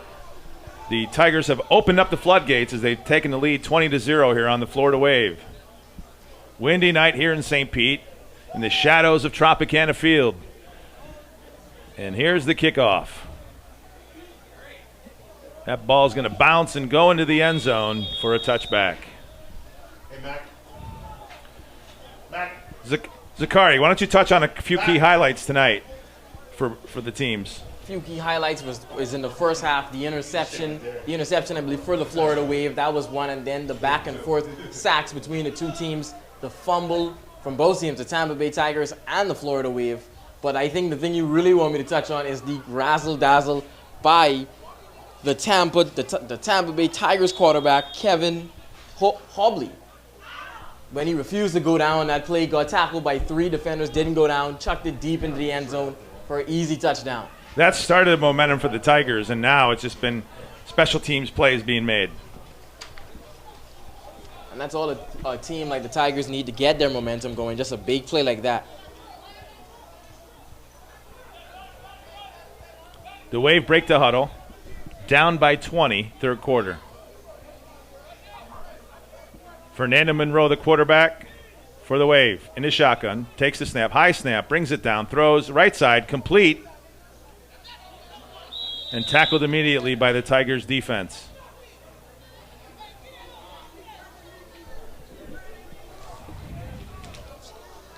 Looks like number 80, Stephen Ward on the reception. Correction, number 80, Antavius Henry for the Wave.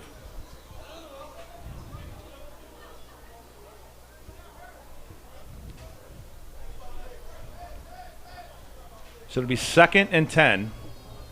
9:25 and counting, third quarter. Would you say it's a do-or-die drive here for the Wave? I think it was a do-or-die drive 2 drives ago, but yes, this one definitely is. High snap, pressure, and Monroe gets out of it. He's looking left side, throwing, complete, and that's a catch. And out of bounds right away, but that's a big play for the Wave. That's the spark to keep it moving. And they must have heard us up here in the press box. See, one of the biggest plays for the Wave tonight. Great roll-out pass by the quarterback. I mean, this game is all about momentum, and the Tigers have carried it most of this game, and they need to score here on this drive.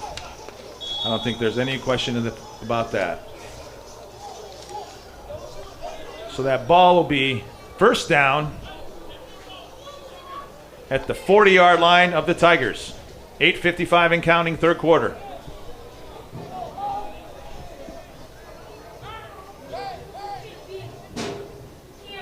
Spread formation for the Wave. One running back. Monroe takes the shotgun, snap, drops, throws right. Screen play to number 23. And tackled and hit hard. Wow, that was a big hit. That reception was made by number 23, Travis Jr.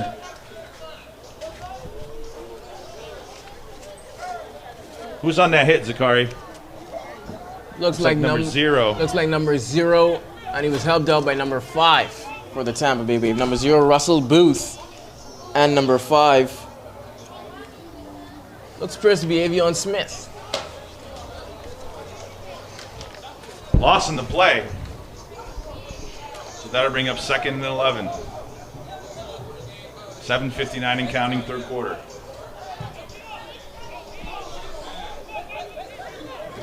Monroe in a shotgun. High snap over his head, and it's a loose football, and here come the Tigers. They're looking, but Monroe gets it off, throws, and completes the pass. Wow. We're having a circus out there, Steve. What a play there. I'm not even sure. That definitely wasn't drawn up by the Florida Wave, but it couldn't have gone any better. High snap, a lot of confusion, and the quarterback just delivers a dime down the field. And it's important to note that the Wave also have a new center, as former center Micah Hardcastle is no longer with the team and is actually with the Highlanders now. So there's a new center in for the Wave tonight as well. Here go the Wave. They're driving. They need a touchdown here. Down 20. Third quarter. Monroe takes the shotgun snap. Steps up. He's going to break free. He's got some daylight. There he goes. He's moving and he goes down, and that's going to be a flag. Late hit by the Tigers. And don't go anywhere, folks. We got a ball game here, even though it's a 20-point game. What'd you see on that play, Zakari? Great awareness by the quarterback to notice that the pocket was collapsing to get out of the pocket, and even better awareness to slide and avoid the huge hit from the linebacker. And he even forces him into a flag. That was a good decision by Monroe to go down after a big pickup. And the Tigers could not stop in time. And that'll be half the distance to the goal following the personal foul penalty. The Wave are driving. They're inside the 10. Oh, that's another fumbled snap. And he's loose football. Let's see if Monroe can get it off. He breaks free. He tucks it, and a big hit. And down to the ground goes Monroe. Looks like number 21. 21 made the tackle. Tavares Spate. Yeah, Steve, that definitely needs to be the Florida Wave theme song for this one. One step forward, 2 steps back. Every time something good happens, something just terrible happens on the other end. Well, they're playing like the Wave. They're tubular, man. Tubular. Up and down. That's it. Loose football, they get out of it, they throw it, they try to make a play. So following the loss on the play, Wave will have 2nd and goal to go. 5:55 left, third quarter. They need a touchdown here on this drive. Monroe, the quarterback. Running back is going to be Darren Alderman, who goes in motion.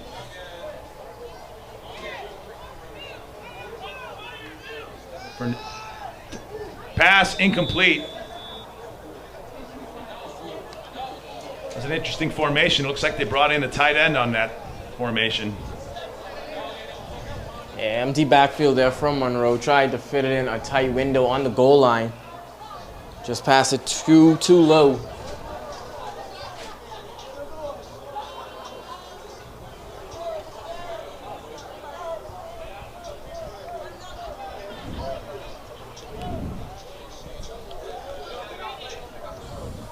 All right, here we go. 5:33 left, third quarter.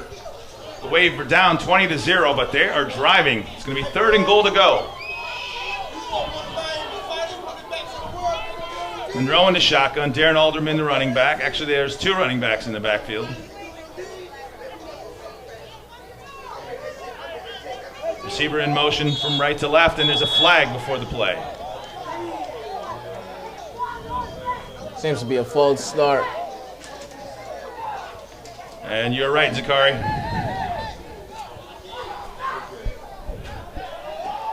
Wave aren't helping their cause right now. At all. Like you mentioned, tubular up and down. They cannot get. It's like 2 things can't go right in a row for the Florida Wave.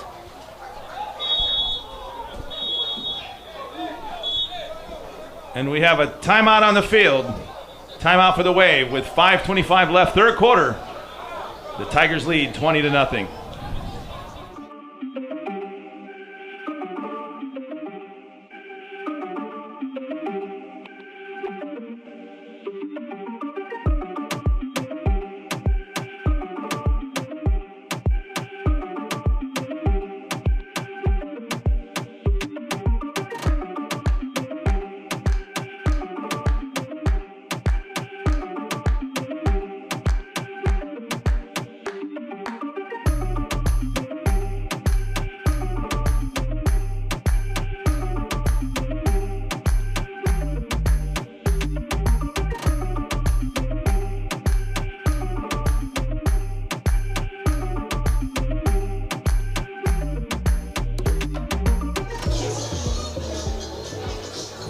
Following a Wave timeout, they're looking to punch it in the end zone here with 5:25 left. Third quarter, down by 20.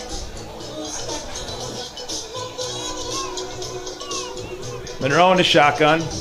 Alderman to his left, who goes in motion. Lines up as a slot receiver. Quarterback drops back under pressure. Here come the Tigers. Monroe gets free. He turns the corner and goes out of bounds. And we have a flag on the play back in the backfield. See what the call is.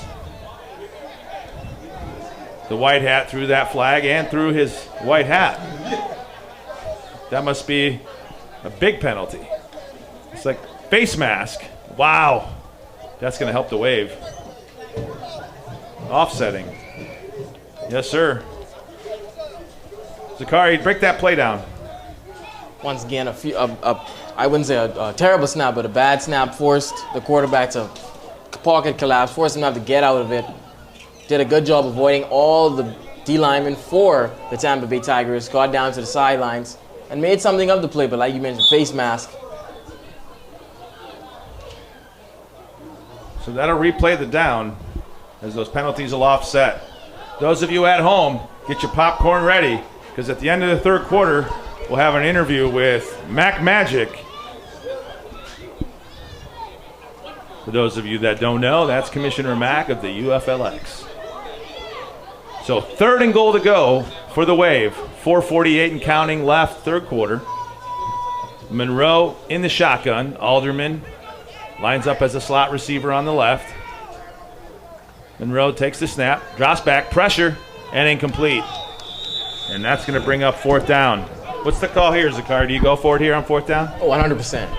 There's never been a better time to go for it now than this, Steve. Have to convert here, and then you have to go down and play a great defense on the other end. So 4:33 left. The clock is stopped here in the third quarter.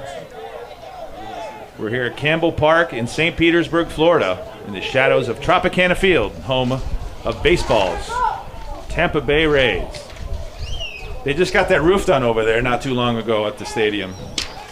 The roof which was damaged by the hurricanes a couple years ago, Hurricane Helene. So now they'll line up for a field goal.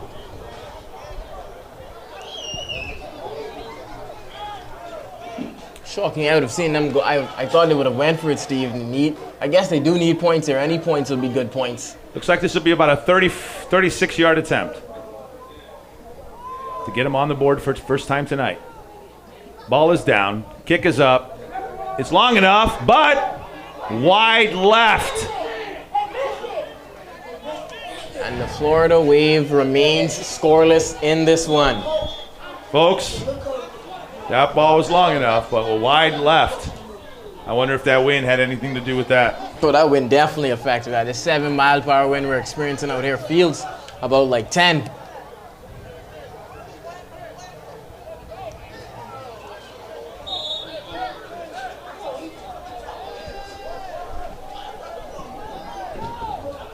So let's see what the Tampa Tigers get going here in the third quarter. Let's see if they're going to come out throwing or if they're going to look to work this clock a little bit. Up by 20. 4:27 left, third quarter. The Tigers break the huddle.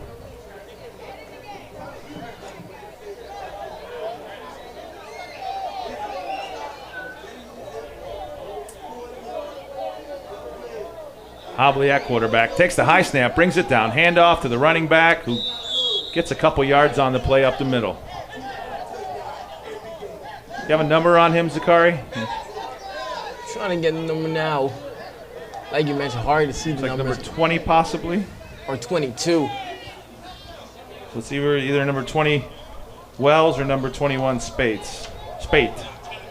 It's probably going to be number 20 Wells as he's listed athlete on the roster.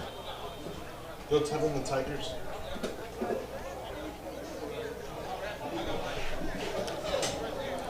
Tigers break the huddle, 2nd and 8. 3:48 and counting, third quarter.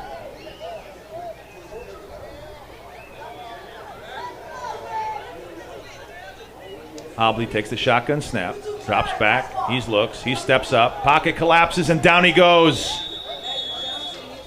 He got caught in that barrel wave there. A lot of pocket collapsing going on from both teams. It's great that they have two very mobile dual threat quarterbacks behind center. The Tampa Bay Tigers and the Florida Wave. So Zakari, where are you at in your schooling right now? Well, I'm currently about 5 months away from graduating in July. Just completed one of my second to last or third to last classes. So I'm very deep in the program, close to graduation, very excited for graduating. 3rd and 10 coming up for the Tigers. Hobley in a shotgun. They have one running back behind him. They're working this clock. Hobley takes a shotgun snap. He looks. He's got time. He throws to the right side. Low throw. Pass complete. Great play by the receiver who's got some room. And he puts on the wheels. And big play for the Tigers. And he was about 1 or 2 seconds away from being out of here. As soon as he started to accelerate, someone came behind and tackled him. Luckily to stop that big play. That was already a big play, but from that becoming an even bigger play. Good tackle there from the Wave. See, I see the officials talking there. Is that coming back? It is. Penalty against the Tigers.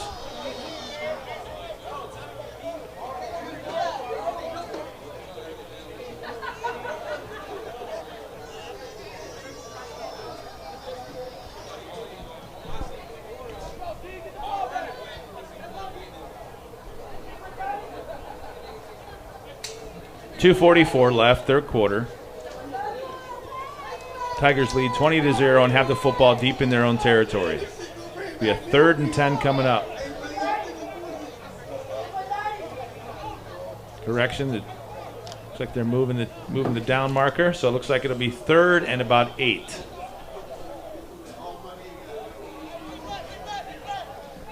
Hobley at quarterback, one running back. Handoff to the running back who runs right side, bounces off some tacklers and picks up a couple. Strong, powerful running back to carry a few of those D linemen like 1 or 2 yards. Eventually fell. Clock moving, 2:10 left, third quarter. Florida Wave have to find a way to get the ball back and get some points on the board. Tampa Bay Tigers are in commanding control of this one. Let's see if the Wave bring the heat on this play.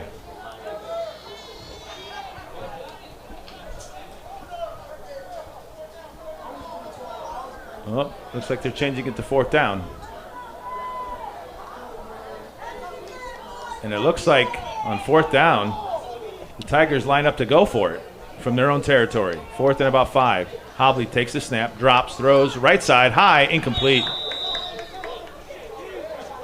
And it looks like, is that going to be a turnover on downs? What do you attribute that call to, Sakari? I attribute that call to just straight pure confidence, being up 20-0. They thought, hey, why not? Let's give it a try. Guess they figured, what do we really have to lose with the night the Wave has been having? They're probably not scared at all. But talk about that release once again for the quarterback, Kevin Hobley. It's almost like he just pushes it back, loads up all the power in, and just releases it. Just an absolute bullet. I call that the Madden play.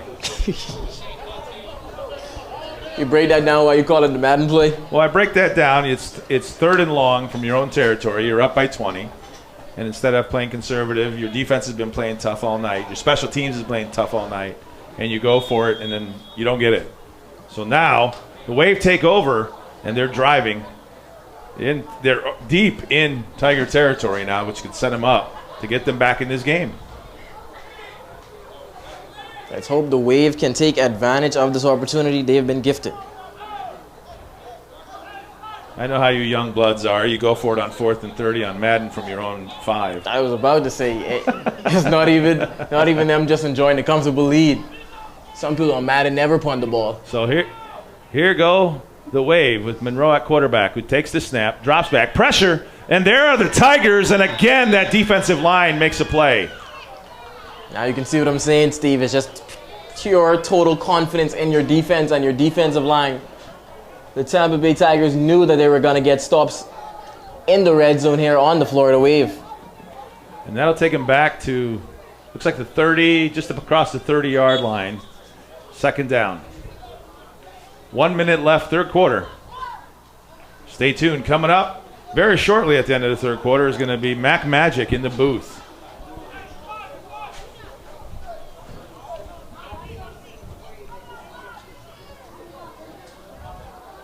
Monroe in the shotgun, second and long.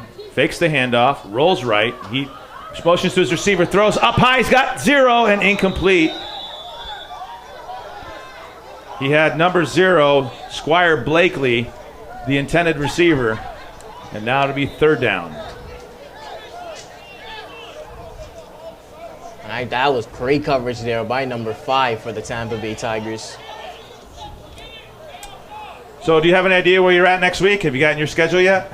Oh, yes, sir. Where am I? I think it's advanced reporting now. That's the class I'm going in, advanced reporting. And then are you scheduled for a game next week in the UFLX? Don't know yet? Don't know yet. Well, keep your eye out for Zachary McKenzie for further broadcasts with the UFLX. If I do call another one, I hope it's with you. All right, love it. Monroe takes the shotgun snap. He's under pressure. Here come the Tigers. Moore gets it off, completes the pass. Uh-oh, look out. Nobody in front of him. Touchdown. Wow. And Monroe is slow to get up, but it's a touchdown for the Wave.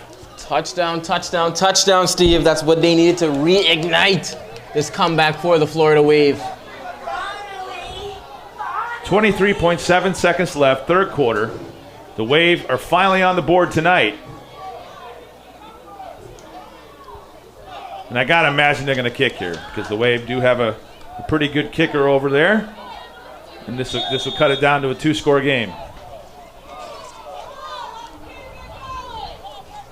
You're correct. Number 20, Santiago Tovar, kicker for the Florida Wave. And this is NFL rules, so the ball will be placed at the 15.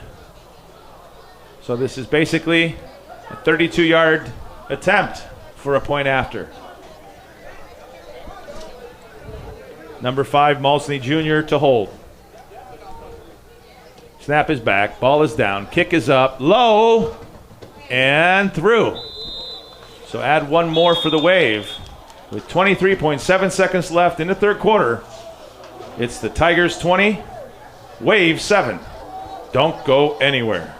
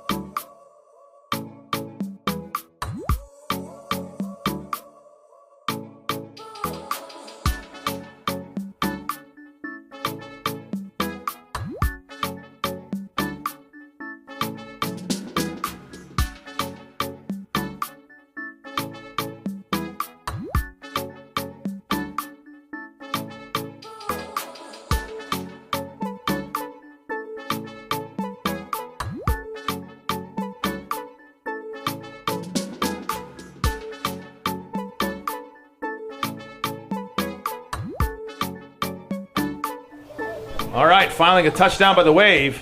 We're now on the scoreboard, down 20-7. Let's see, are they gonna? It's gonna be the call here on this kickoff. It's gonna be an onside kick, and there it goes. Ball is down, and the Tigers will fall on it to secure the possession. You're down by 2 scores here in the third quarter. Not a bad call there. Great Trying hand. to make something happen. Great hands on the special team there from the Tampa Bay Tigers. Good job to secure that ball. And coming up in this drive, Steve, this may be the first time the Tampa Bay Tigers have felt pressure since the end of the first half. So now what happens is the pressure does go on the Tigers. They got to actually hold on to this football, eat some clock, and even get some points on the board because they're only up 2 scores. And in the UFLX, you never know what can happen. I was about to say we've seen that 2 scores can go like that, Steve. And that's what's great, right? Tight ball games, competitive games. It's great to see. And, you know, I personally don't like blowout games. It's not fun on either side of the ball. So a tight game is always good for everybody involved. You're correct. And this game has had everything, like we said. Fumbles, interceptions, deep ball throws, quarterbacks breaking tackles. If you're watching this one, you are being treated. So the Tigers will have the football at the Wave 48-yard line. Hobley takes a snap. He runs to the right. He tucks it and has nothing. And he's taken down quickly. And the clock's moving with 10 seconds here in the third. Looks like that'll be the last play of the third quarter.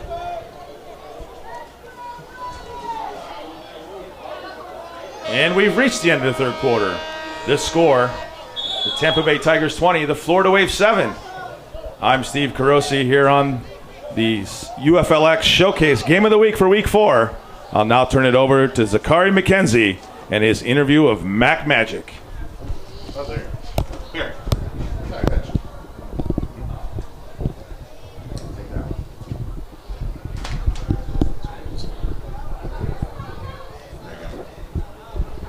Hello, this is Zachary McKenzie here, interviewing the commissioner of the UFLX Mac Magic, like Mac you said, Magic, Steve. that's right. Yeah. All right, first question. Yes, sir. You once were on record saying that this league is almost like a second chance for the average man. Yes. How did you feel the community and the men of this community needed this second chance? Yes, I mean, the second chance for the average man. I mean, I know so many people who've actually played football for so many years, from the little leagues to high school. Some went to college and things of that nature there, but they just didn't have that opportunity to actually move forward and actually go to the next level or anything of that nature there. So we're just here, man, to give all players the opportunity there, if they still had that itch or anything of that nature, to still be able to make some moves, be able to get that film and move on to the next level if they're going to further their education or if they're going meant to actually make some money in paid leagues as well. Again, we may have some new viewers here watching. What's one thing or a few things you want to stick in the mind of them, or maybe the culture of the UFLX? Well, I mean, one thing here at the UFLX, man, we actually strive for greatness, strive for protection. Yes, man, we are extreme, and we are UFLX strong as well. So, I just want my guys, man, to just do everything possible to make things happen at all times and be able to achieve all of their goals as well. Correct. And after the hiatus this league kind of had, now it's up to 20 to 22 teams. How do you maybe see the future of this league going and maybe the growth of it? Yes, man, we're looking for a lot of growth, in our league here. We're starting off here in the state of Florida, looking to probably, move forward, man, with multiple states there moving forward in the Southeast.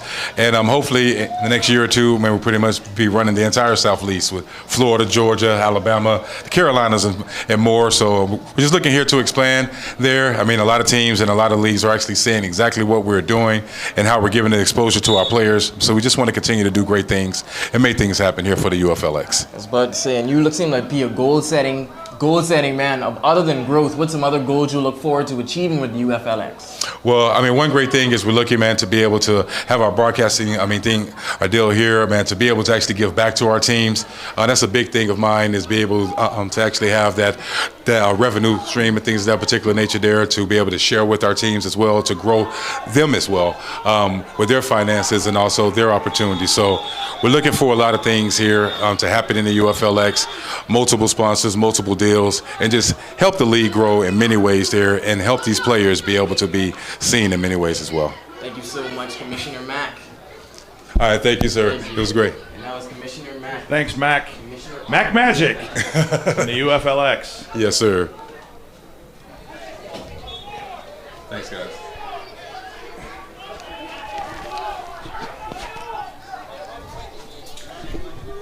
And now we're back in the fourth quarter. A hot fourth quarter, as some would say, in St. Petersburg, between a game between the Tampa Bay Tigers and Florida Wave. If you're just joining, Tampa Bay Tigers have 20 points, Florida Wave 7. Tigers also on offense looking to hold this small lead.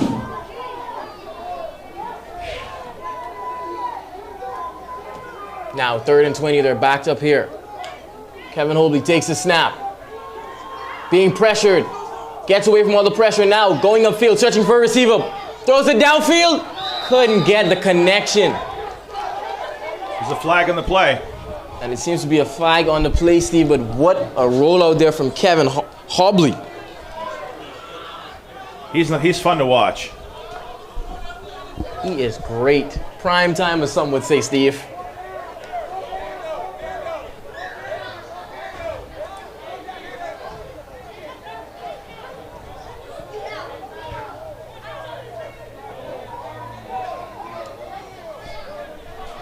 They couldn't see the call that the referee said. Did you see that one, Steve, as to what that could have been? I did flag? not. They didn't signal up here to let us know. It looks like it's against the Tigers. I was about to say, it doesn't seem like it favored the Tigers now. 4th and 20. Do you punt here, Steve, or do you go for it and kind of continue the hot streak that you've been having for the Tigers? Oh, I think you punt here. You're up 2 scores, 13 minutes, just over 13 minutes and counting. You got to play the field here.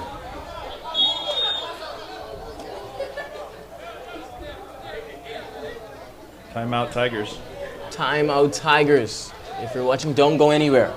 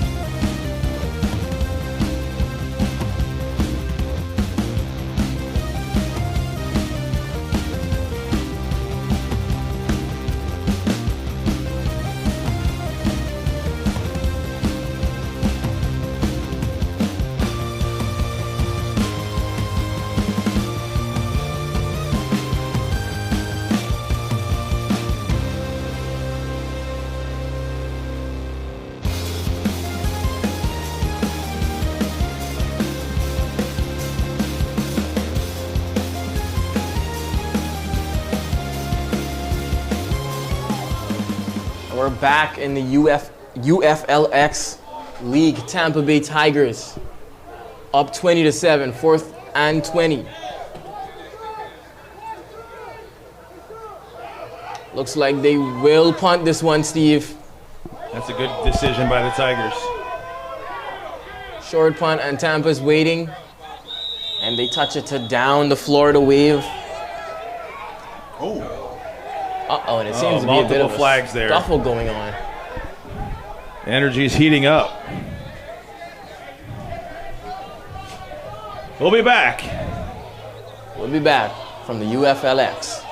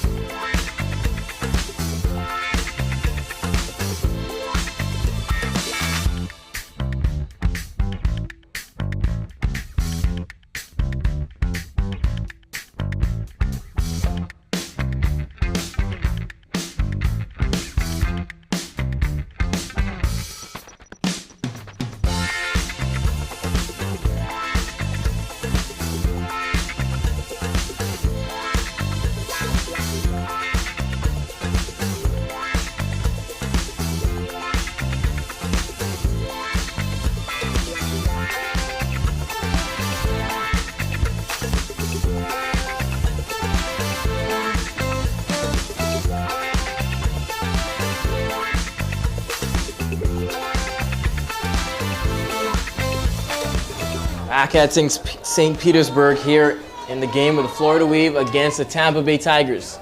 Florida Wave now 1st and 10. Seems to be on their own around the 50-yard line. Little extracurricular there by both teams. Looks like that was separated well. All right, Steve, you're the head coach for the Florida Wave. What's the plan here to get some offense going for you? Well, you got to stay true to the short game. There's still a lot of time left on the clock, and you don't want to have to throw it deep here early. You're correct. 13 minutes left in this one. Our quarterback, Monroe, takes the snap. Getting pressure in the backfield. They missed Broke the tackle. sack. Now he'll take it up the field and gets out of bounds just before the tackle. They had him. They've had him all night and just can't secure the tackle. Let's see while they're marked that out of bounds. That will result in a first down. Don't sleep on Monroe. He's got some wheels. Both these quarterbacks, and that marks about just, seems to be like around the 48-yard line here for the Florida Wave. Great way to start off a drive, especially a money drive here, Steve. This is a very important drive for the Wave here. They're down 2 scores, 20-7 with 12:33 and counting. Now Monroe, running back motion out of the backfield. He'll take the snap, searches, quick fires to the wide receiver. Good catch there. Quick tackle, quick wrap up there from the Tampa Bay Tigers. That's a good completion there. Florida Wave offense finally starting to seem to get in motion. And that was a gain of 8 yards, now 2nd and 2 for the Florida Wave. I'll stop to the right hand and cross his arms. I don't care. I don't stop until he stop. Y'all know. And it looks like we have stoppage. We have an injury. We'll be back in a 20-7 lead for the Tigers.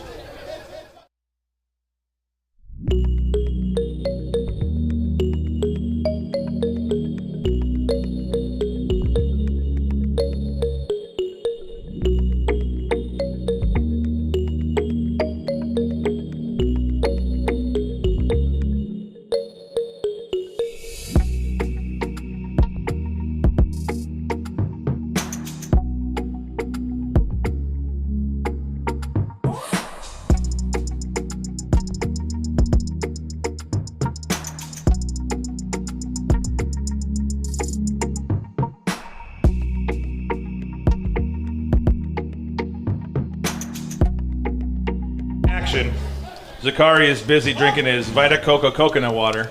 Tastes too good. But there's Monroe, deep throw to number 22. He receives it. And it's in the end zone. What a pass from Monroe. And Steve, talk about waves. That was a tsunami for the Florida Wave. Wow, that was tubular, bro. Tubular. You know, that's what happens when you drink Vita Coco coconut water. It ends up in a touchdown. You're correct about that, Steve. I couldn't even get the drink down how quick and explosive that offensive drive was. They got the wrong one down there. So 11:48 left. The Wave are back in it, down by 6. Steve, do you go for 2 here? Or kick? Well, wait. We got a score update. Stand by. Should be 12. So they're. Yeah, it was 7.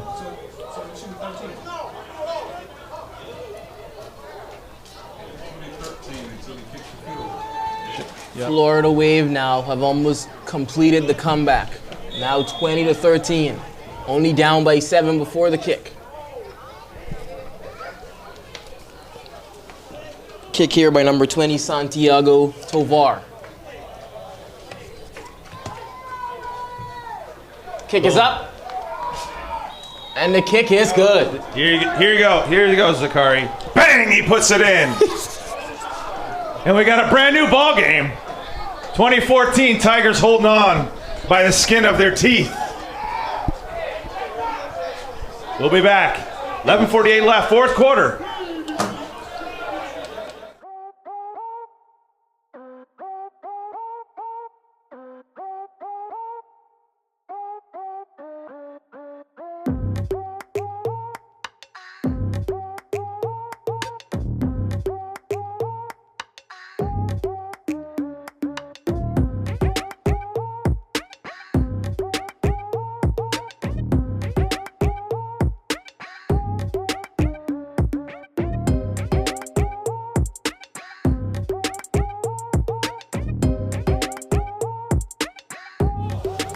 And Steve, that was a hard touchdown pass there a few moments ago from Monroe, number 12, quarterback from the Florida Wave.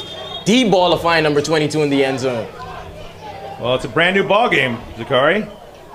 4th quarter. You're correct. Tampa Bay Tigers were a little loose for these other few possessions, kind of relaxed, but now the game has almost turned on its heels. This is your UFLX Showcase Game of the Week for Week 4 here on Sunday night. Florida Wave, Tovar on the kickoff.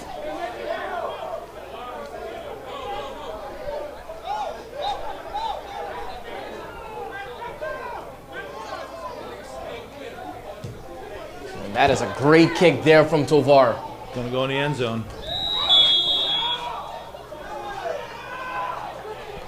And that's gonna be a touchback. That's gonna be a touchback for the Florida Wave.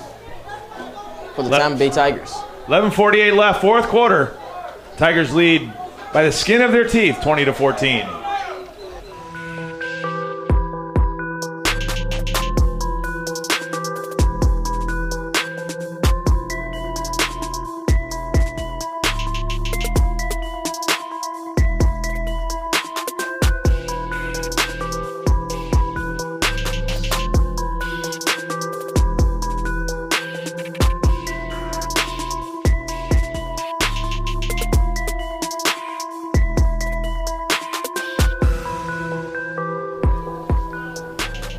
Welcome back here. It's from St. Petersburg. Tampa Bay Tigers taking on the Florida Wave.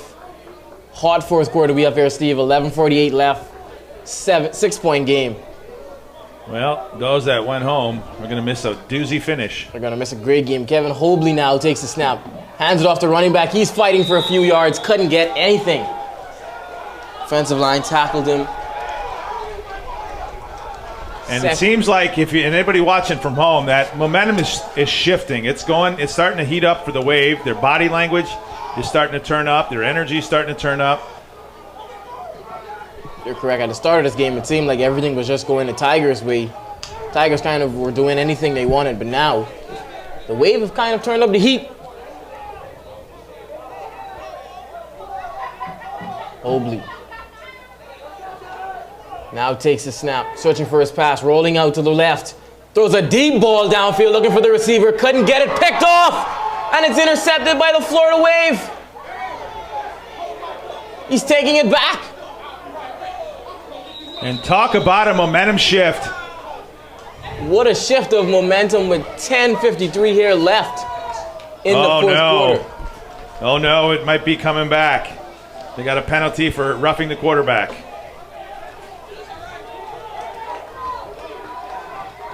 That will negate the interception. Interception negated. Still Tampa Bay Tigers ball. Get the white hat. Get the white hat. That's going to give him a first down. What a play. That could have changed this game, but unfortunately, it goes against the Wave. That was a beautiful setup. Like you mentioned, that was a perfect momentum changer there for the Tampa Bay Tigers and the Florida Wave.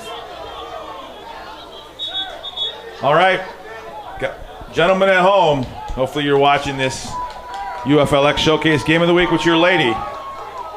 Make sure on the next time out you head over and get her a nice cold beverage to enjoy this fourth quarter.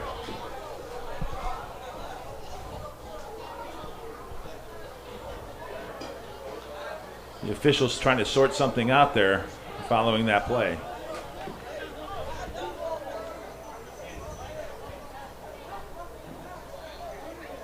So Zakari, do you know the St. Pete area at all? You familiar? No, I'm not familiar at all, actually. This is my first time in here up here. Well, it's a nice area. So this is technically Pinellas County. So there's St. Pete's the largest city in Pinellas County, but some other cities include Clearwater. A lot of people know Clearwater Beach. Obviously, I'm partial to Dunedin because I love Dunedin. Yep. And it's got a lot of cities. Tarpon Springs is in Pinellas County. So some great areas, beautiful beaches, great destination for people all over the country. And the UFLX has 24 teams throughout Florida, and it's great to see. In the first year, they're actually down to 23 teams, but they started with 24. And they have a lot of ideas to expand moving forward. So the league's looking to expand into other states for 2027, and the groundwork has already been placed to do that. So. And that would be a great thing for the league because these games are exciting. They bring energy. It's a lot going on. It's extreme, baby. Like it is in the name, it definitely holds true to its name.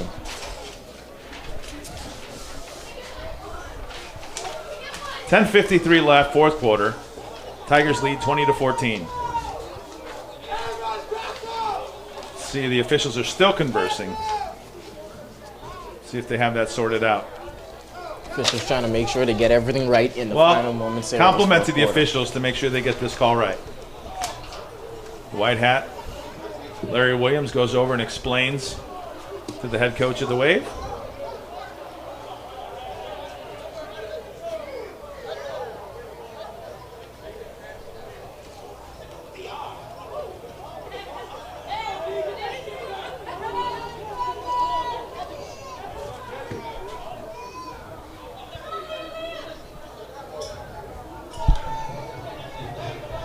And now the Tampa Bay Tigers break the huddle.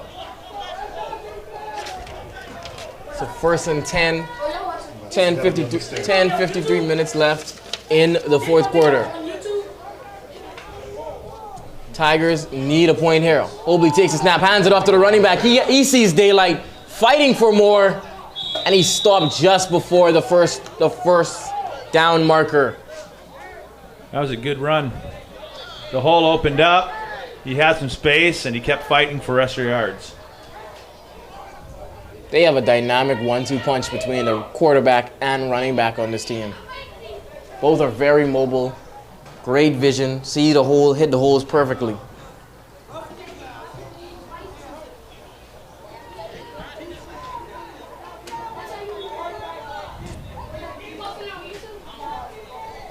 Tigers now come out of the huddle.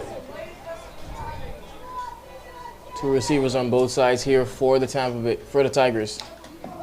Obley takes a snap, gets pressured in the backfield, Fake the throw, got tackled, and it's a flag on the play. White hat throws the flag. See if that's going to be personal foul again. That looks like a face mask possibly. About to say he seems to be motioning for a face mask call.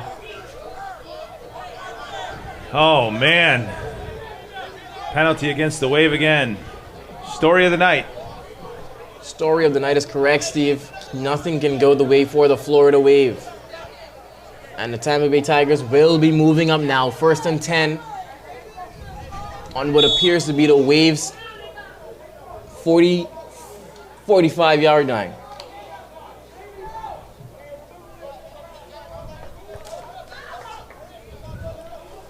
This would be a statement drive here for the Tigers if they happen to punch it in. Will be now behind center. Take high snap there. Hands it off to running back. He fought for about 5 yards.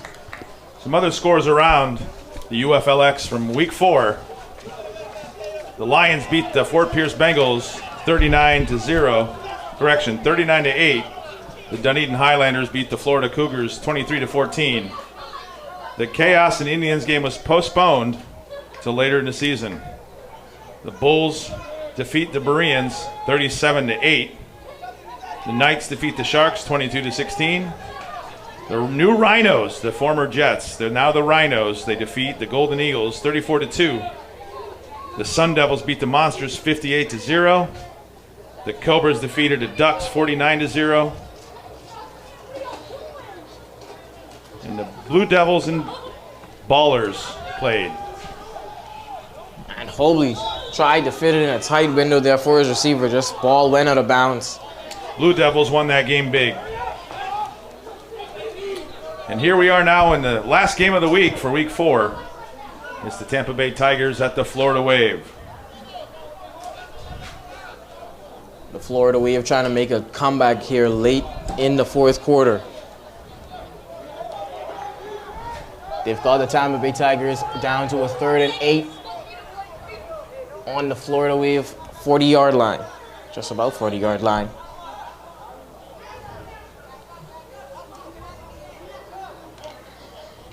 Tigers break the huddle.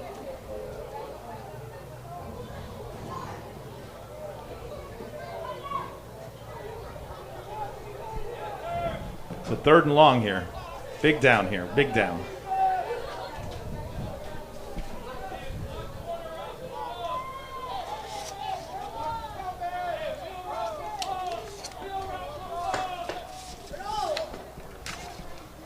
Kevin Obi now steps up in the pocket, fakes the throw, but can't even get it off. The D-line for the Wave swallowed him up there.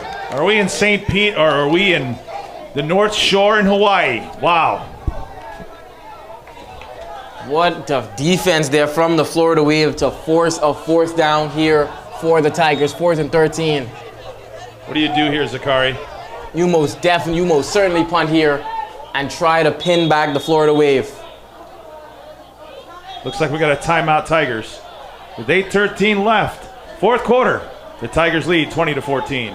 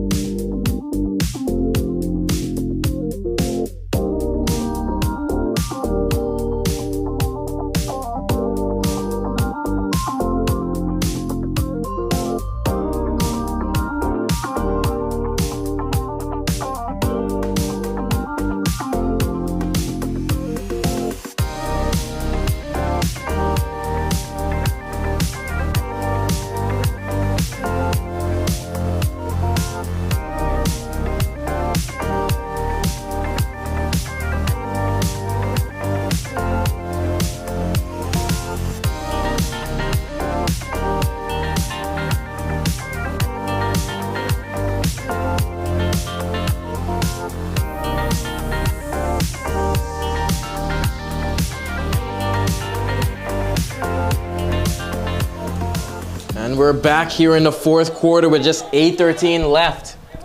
Tampa Bay Tigers push back to a 4th and 13. looking like they're about to punt this one to the Florida Wave, who are seeking a desperate comeback, only down by 6. You know the phrase, you young bloods know the phrase, coffin corner? Yeah, that's definitely still part of the phrase. All right, wasn't sure if it's still around with you young bloods. That is exactly what the Tampa Bay Tigers are hoping for on this punt. No, they're going. Looks to be a fake punt now. Couldn't get it off to the receiver, just a few yards short of him. And now that it would be a turnover on downs for the Tigers. Wave will get the ball at the 50-yard line. Zakari, what do you say on that play? That is insanity at its highest peak right there, Steve. That's extreme. You keep finding a way to use it. I love the way you keep finding ways to use it. Extreme is way better of a word, like you mentioned. I guess we hope the Tigers at least hope that they don't have to replay that play in their head, because they're up by 6 and they could have pinned the Wave deep. The Tiger defense has been stepping it up all night, but let's see what happens here. Correct. The Wave, Monroe, someone who's definitely been stepping up all night, now takes the snap, but the referees, flags being thrown, whistles being blown. A lot of action here at the start of the snap.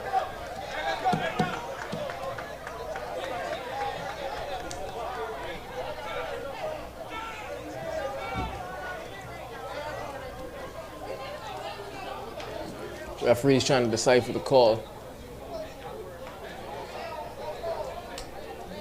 Couldn't see what the call was, but it seems to be on the Tampa Bay Tigers. Moves up the Florida Wave. Now they're at with the 50-yard line, 1st and 10. 8 minutes to go in the 4th quarter. Running back motion out the backfield. Looks like it's 2nd and 5. Monroe throws it quick off the snap. That's near the sticks. And completion for Monroe. That's going to be a 1st down. 7:38 and counting, 4th quarter. Good start to the drive here for the Florida Wave, Steve. This is a money, like you mentioned, this is even more of a money drive than the ones before. You do not want the Tigers to get their hands on this ball to where they can drain the clock.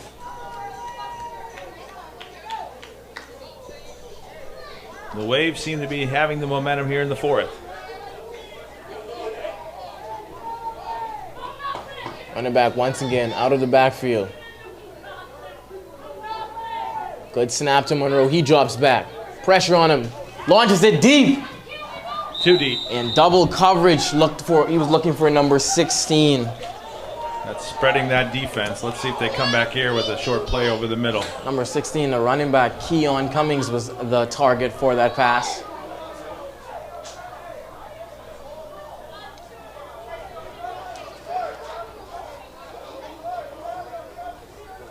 Wave now in the huddle, trying to decide a play. 2nd and 10. 7 minutes to go in the 4th quarter. Yep. That ball is back at that magic spot again, the 50. The 50, that was the yard line in the first half. A lot of the game was being played in the midfield now. It's heating up ever since. Snap now, Monroe drops back. Throws a pass, receiver caught. He'll try and make it work. Fighting off the tackle. Tackles managed to finally get him down. That looks to be number 29. Dezuan Davis with the catch and reception. He was fighting for those yards though, Steve. You know what? Every play that ends up moving forward is a great opportunity for the Wave. But there's a big 3rd down coming up. Obviously, I'm sure we're in 4-down territory now with 6:33 and counting 4th quarter. But the Wave are moving. And you can see the strategy has kind of changed now. It's almost like quick passes. As soon as you get the ball, get it out quick, get on the ground, keep the offense moving.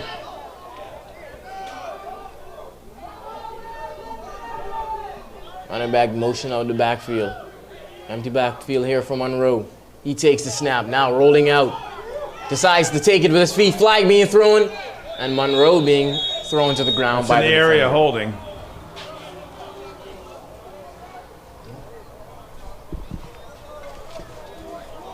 And you're correct, Steve. It is a holding call.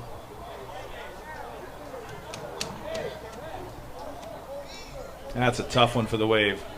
Yeah, holding call can destroy a drive, especially a drive that was in motion, like that one for the Florida Wave.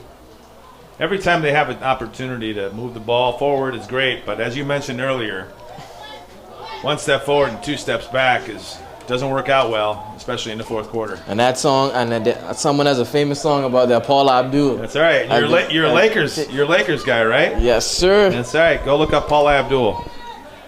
You got your homework.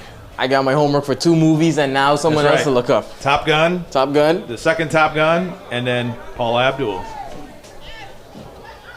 Empty backfield here for the Wave. Oh, we got movement. And that is early jumping there. Both teams pointing at each other. Referees will decide.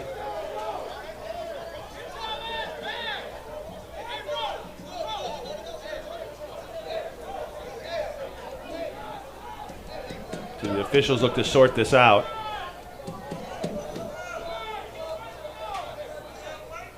And winning a close game always comes down to discipline. Usually the more disciplined team comes out ahead in a tight ball game. You're correct, because we have seen the penalties kind of destroy a lot of drives here for the Florida Wave. Oh, that's going to go against the Tigers.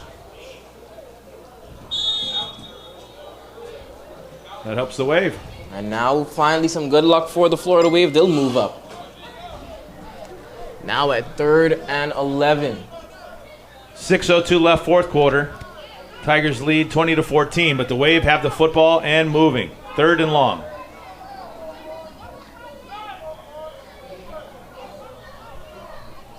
Monroe with the snap, being pressured in the backfield, gets it off quick, looking for out route for the receiver.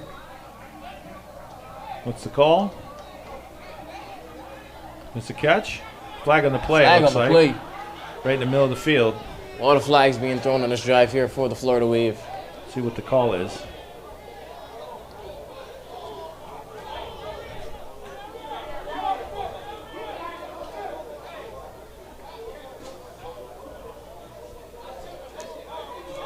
Maybe it was an inadvertent flag. Yeah, I think he just dropped it. Yeah, it looks like he just dropped it. So it's 4th down. Here he goes, Zakari. What's the call here on 4th down? This could be the game tonight. You go quick, try to find any receiver on the outside. 4th and 5 here. Monroe takes the snap. Searches for the receiver quick, like I said, and he caught it. That is a reception. Drive continues to move for the Florida Wave. That is number 29 for the Florida Wave. Once again, Dezuan Davis. Big receiver here in the 4th quarter. Well, don't go anywhere.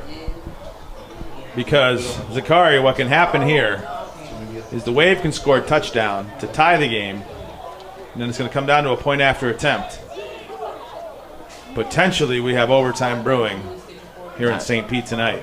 That would really be something. Overtime was probably not on anyone's bingo cards after that first half.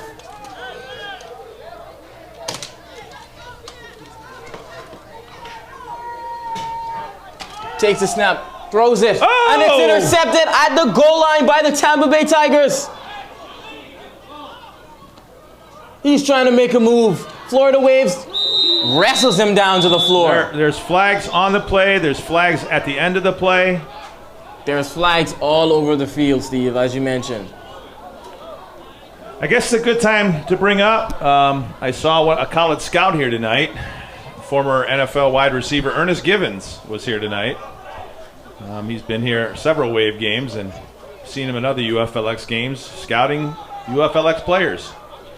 And you were kind of giving me a history lesson there earlier, Steve, about Ernest Givens. Would you? I think just saying former NFL wide receiver is a little bit not giving too much. Would you like to say his full resume? Well, Ernest Givens was a wide receiver back in the 80s and 90s for the Houston Oilers.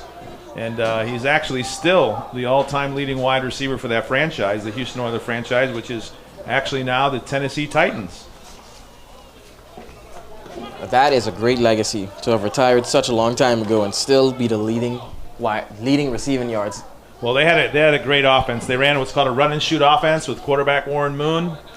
And it was razzle-dazzle, let me tell you. And they scored a lot of points, and they got a lot of passing yards. And still to this day, even with the pass-heavy NFL of today, So we'll be back. It's 4:36 left, fourth quarter. The Tigers hanging on, but the Wave have the football.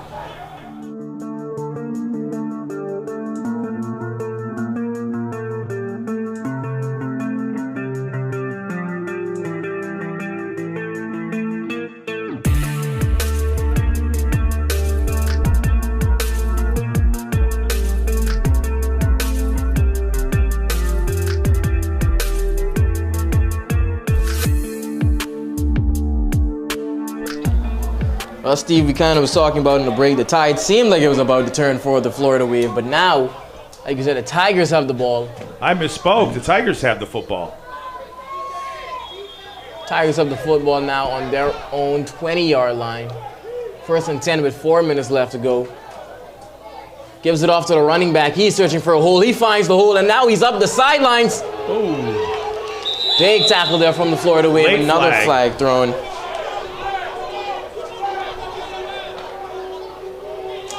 This is a very, very intense game here in the fourth. It's definitely heating up, like I said. The polar opposite to the first half. It's 4:25 left, fourth quarter. Tigers lead 20-14, and they have the football. I think the move here, Steve, is to drain the clock. At least try to get in the field goal range. Well, if it was me, I'm going home run or bust here as the defense. You got to bring the house because you're going to run out of time. 4:25 left, fourth quarter. And I imagine the Tigers are going to look to run some clock and run the football. And that's the scary part about blitzing a team such as the Tampa Bay Tigers, because with Kevin Hobley in the backfield, he can get away from the people blitzing, and then it turns into a big play up the field. So that's a first down for the Tigers.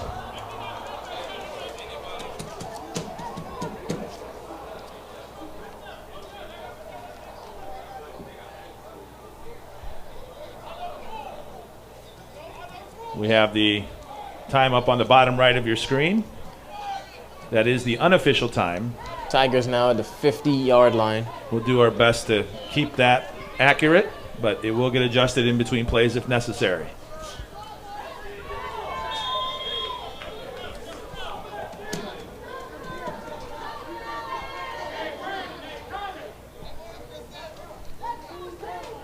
Hobley takes a snap, just gives it off to this running back. He's trying to find a hole. Couldn't go anywhere on that Wave defense. The clock's moving. Clock's a big factor here in the fourth quarter.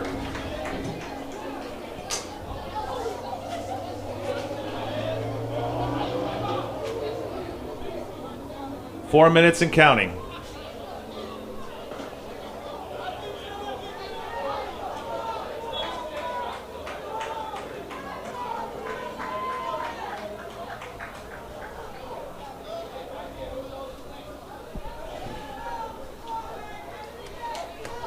Tampa Bay Tigers taking their time here in the huddle.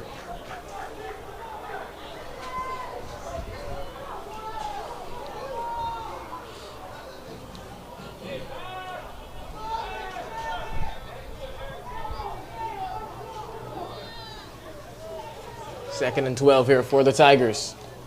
Hobley takes the snap, searching for a pass, but batted down by the D-line. Another incompletion there for the Tigers, stops the clock. 3:15 and counting. Or actually, it's stopped. 3:15 left, fourth quarter.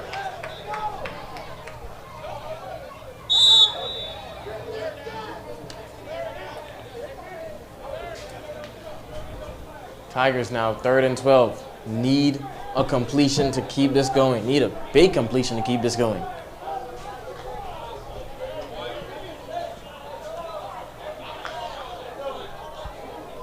Third and long coming up for the Tigers. Let's see if they're going to work on that clock or if they're going to take a chance here and throw on third down. What would you do in this situation, Steve? I'd go with the run. I'd play the clock game. The defense for the Tigers have been strong. Now Hobley takes it. It's going in. That got deflected by another D-line. But more importantly, the clock stops with 3:10. 3:10, Florida Wave have the ball. And fourth down. And it's fourth down now for the Tigers. Shirley They punt in this situation.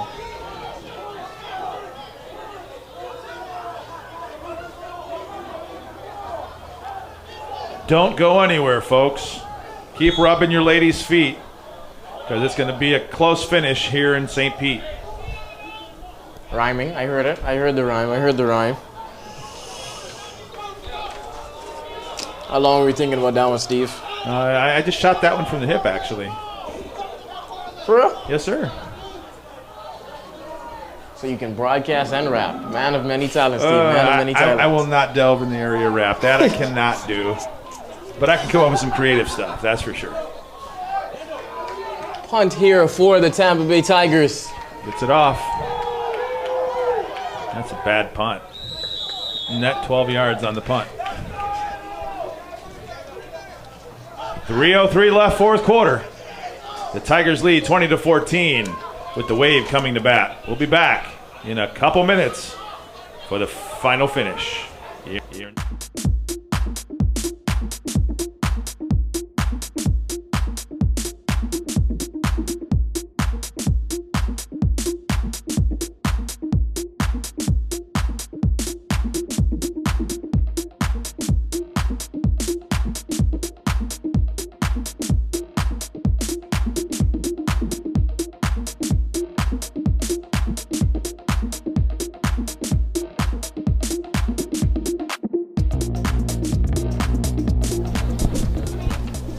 Minutes left here in the matchup between the Florida Wave and the Tampa Bay Tigers for the UFLX League.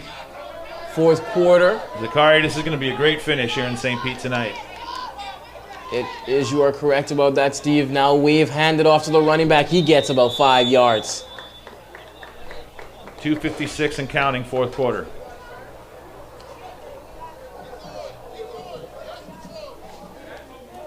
And that clock will run. We are 45 seconds away from the 2-minute warning. This is the NFL rules here, so the clock will stop at the 2-minute warning here in the fourth quarter. Florida Wave have to play very safe here. No unneeded turnovers. No bad snaps as they've had all game. QB Monroe takes the snap. Hands it off once again to the running back, and he is swallowed up by that defensive line. Only gets about another 2 yards. That's Alderman on the carry. That might be the last play before the 2-minute warning. We've got 2:05 and counting. And we've reached the 2-minute warning. 2-minute warning. Big game here in the fourth quarter between the Tampa Bay Tigers and the Florida Wave in the UFLX League. Don't go anywhere.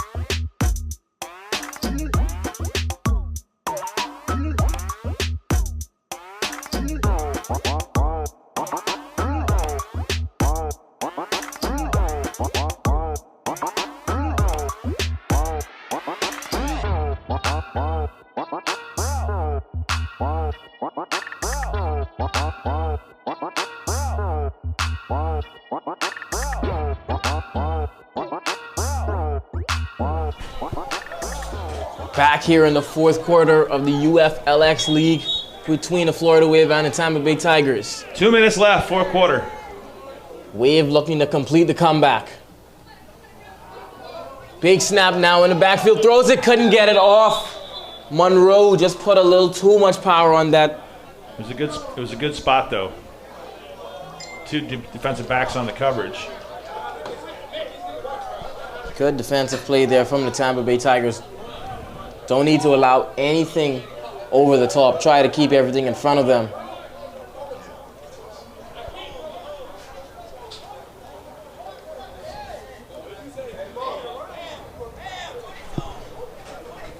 .155 left, fourth quarter. Tigers lead 20-14. And appears to be 4th and 5 here for the Florida Wave. I guess we can cue up the bell tones on this 4th down, because if the Wave don't get it, that might be. Going to have a timeout? No, they break the huddle. Big call here, Zakari. 4th down and looks like 4. Got to go with a quick pass from Monroe. Receivers have to get a good release and get open. Monroe now takes the snap, drops back, throws it. Ball hit the ground, incompletion, turnover on downs for the Florida Wave. The Tampa Bay Tigers survived that drive. And now, Steve, all they have to do is secure the ball and run the clock out. Great defense there from the Tampa Bay Tigers. Little questionable call there to go pass on the outside. The middle was open. They decided to go to the outside with the pass, and incomplete. Now the defense of the Florida Wave has to somehow get a turnover and get the ball back.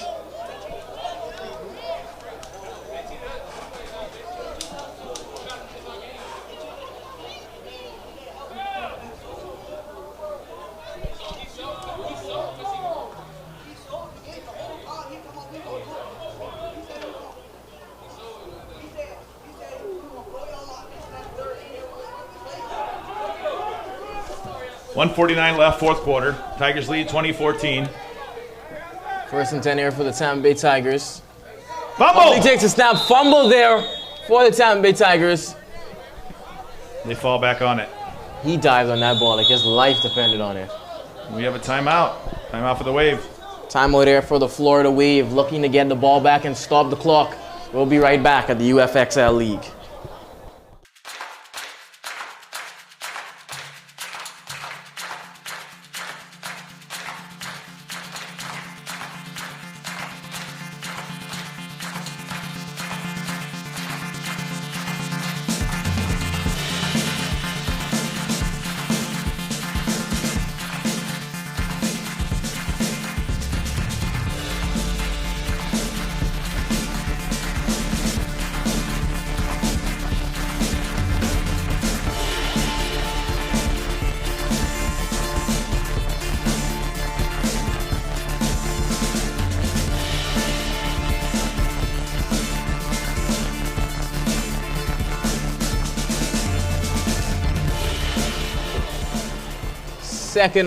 Second and 13 here for the Tampa Bay Tigers. Just 1 minute, 39 seconds left to go in this 4th quarter.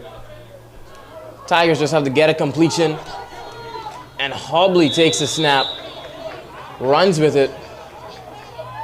Just trying to get down and stop and keep the clock running, but that'll be a timeout for the Florida Wave. 1:32 left, 4th quarter. One play at a time here.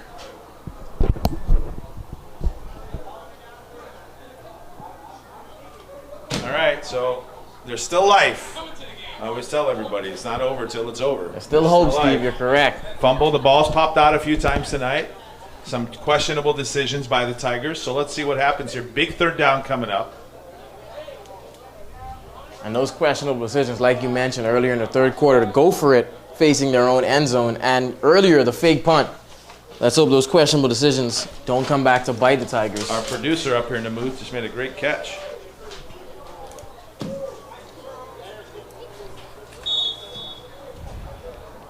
Beautiful night for football here in St. Pete. It's the Sunday night UFLX Showcase Game of the Week for Week 4. The Tampa Bay Tigers at the Florida Wave here at Campbell Park in downtown St. Pete. Tigers break the huddle. 1st down. Almost surely secures the game. And it's touch. Oh, no couldn't gain. get it. No gain. 4th down now. And the clock's moving. 1:20 and counting. The clock continues to run now. Florida Wave will have it.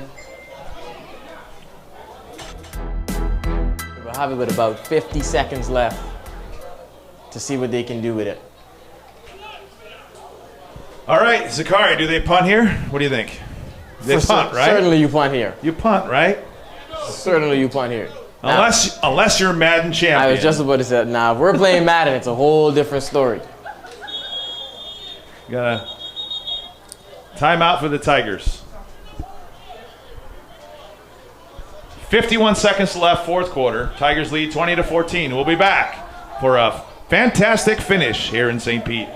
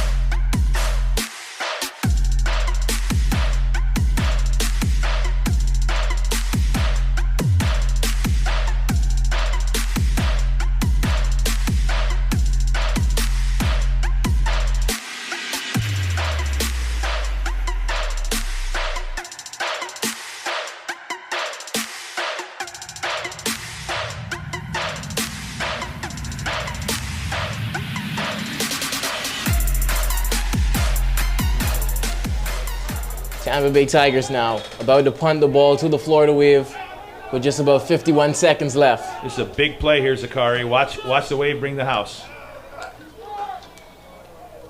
And he gets the punt off. Good one here. Tampa Bay Tigers waiting until it completely stops. And now the touch 42 seconds. Well, here we go. This is what dreams are made of, right? As a little kid playing in the park. I was about to say, a game winner in the NBA Finals and a winning touchdown in the Super Bowl are the moments you dream of. The moments you practice in your backyard about 100 times. 42 seconds left, fourth quarter. Tigers are holding on 20-14. They've led the whole night, but the Wave have a chance.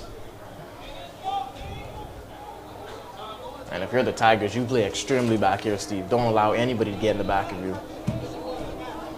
Let's see if they go Marty ball here. You young bloods don't know Marty ball, do you? Not all. Marty Schottenheimer, great NFL coach, but he would always go into like a huge prevent defense if they're up, and he lost games that way. 42 seconds to go. Got him! And that is a big sack there from the Tampa Bay Tigers D lineman. That's Number 12, Monroe, just got caught up there in all the pocket collapsing. They almost got to spike this football. Now Wave, got to go quick. Yes. Spiked it. Monroe quickly. 22 seconds left, fourth quarter. That was a big sack by the Tigers. Huge sack, and now in the blink of an eye, it's 3rd and 15 with just 22 seconds left on the game. Wave have no timeouts, and now their back is against the wall. So that'll bring up third down now after the spike. Well, it's been a pleasure tonight, Zakari. It's been a great time. Yes, Steve, we started off a bit rocky with my helicopter being late. That's right. Dropping into the game about. Here we go. It's third down and long. Florida Wave now. Monroe takes the snap, searching. Getting pressure by the D-line, rolls out to the left. Ordering his men downfield, couldn't get it. Pass it to number 28. 22 seconds left. 29. No, should be at about 12 seconds. Yeah, That it should was be at 12. that was Desjuan Davis who dropped the pass there. So 12 seconds left, fourth quarter. Here comes the do-or-die play for the Wave. What do you think they have drawn up in their playbook for this fourth and very long? Down by 6 with 12 seconds to go. Everyone has to go deep. Running back, maybe delay a few seconds after the wide receivers. And here he is. Mac Magic has joined us in the booth for this finish. Yes. Mac Magic coming up to get the plaque, and he'll be down on the field for the plaque presentation for the winner of this ballgame tonight. The UFLX Showcase Game of the Week for Week 4.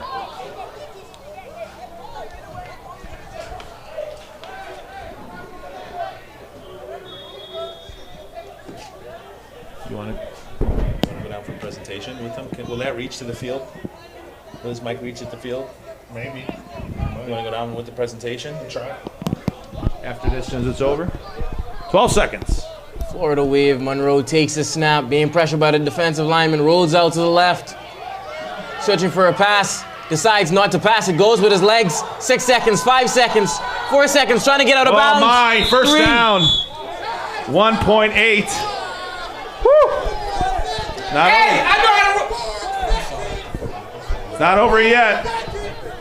Great heads-up play by the quarterback, Monroe. Gets out of bounds with 1.8 left, fourth quarter. Good job to get out of bounds, like you said, Steve, by Monroe. Well, the field was wide open in front of him. He had an opportunity. He could have thrown it, but he made the wise decision to tuck it, run, get out of bounds, and stop the clock with not much time to spare. If you're the Tampa Bay Tigers in that situation, you probably should have just let him, kind of kept him in bounds. Barring a penalty on the defense, this should be the last play of the ball game. I think they're in that prevent defense you mentioned earlier, Steve. Make sure, guys, you thank your ladies for letting you watch the UFLX Showcase Game of the Week tonight.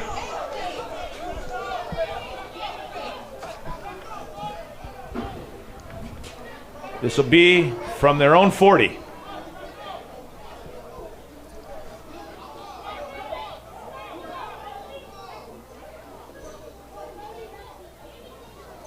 Florida Wave drawing up a play. Now here's Monroe. Final snap of the game. Being pressured by the D-line quick. Buzzer goes off. Monroe barely couldn't get it off because of the defensive lineman. Incomplete. And the Tampa Bay Tigers survive the tidal wave from the Florida Wave. And they will win this fourth quarter and the game of the week matchup for week 4 for the UFLX. Steve, what do you think about that one? Well, it wasn't pretty for the Tigers. They definitely controlled the game in the first half. Second half, it got much tighter. The Wave kind of got back in it. Pull in on the twos. So next week in the UFLX, the Universal Conference is actually in their first bye week. So all the Universal teams throughout the UFLX will be off next week. But next week's Showcase Game of the Week is going to be the Monsters and Knights. That's going to be an interesting game, we'll say. The Monsters have been struggling this season, and the Knights have been revving on all cylinders, so that should be a great matchup. Go ahead, go down there and go down to the presentation. Let's see if we can get this on. All right.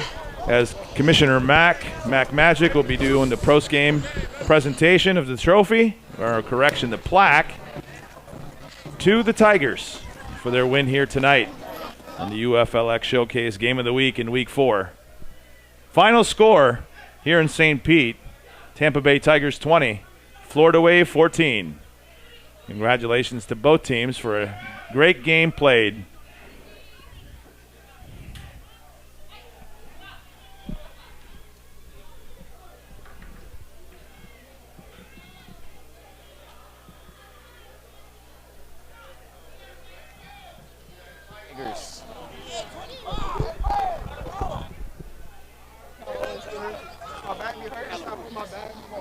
So, looks like you have Commissioner Mack down on the field with...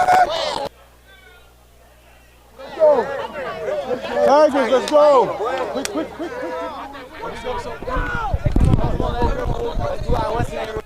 Mack, come closer! Mack!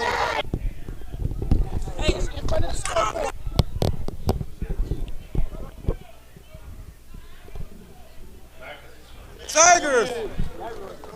Kai!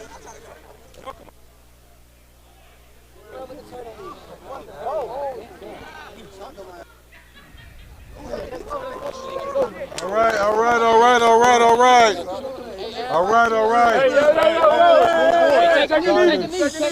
Tigers.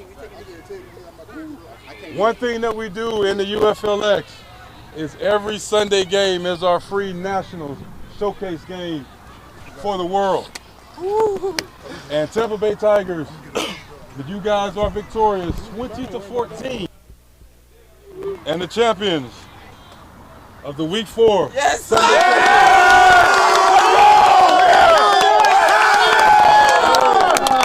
green.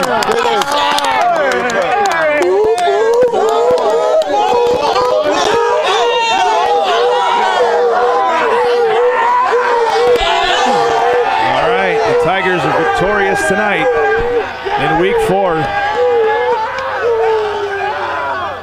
efforts. They'll improve to 3-1 on the season. The Wave will fall to 1-2.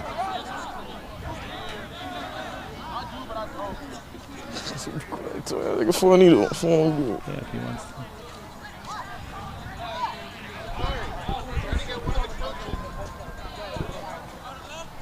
Zakari McKenzie down on the field for some post-game interviews here on the UFLX Showcase Game of the Week, Week 4.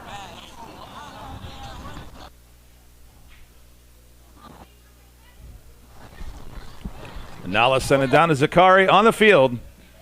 Looks like he's heading over to meet with. Come on! Hey, Russ, come on, Russ! Come on, boy! Y'all know what time! Let's go! Hey! Y'all see what time it is already? I took a couple of them. Oh, show that city boy!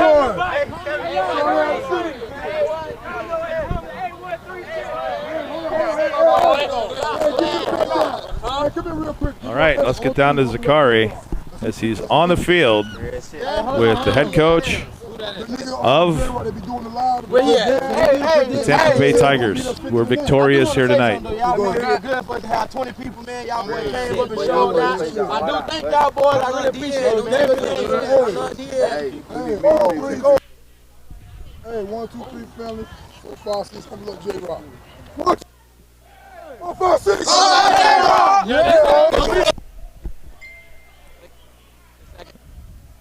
All right, just got a special message from Clutch Steven all the way up in Cleveland, Ohio.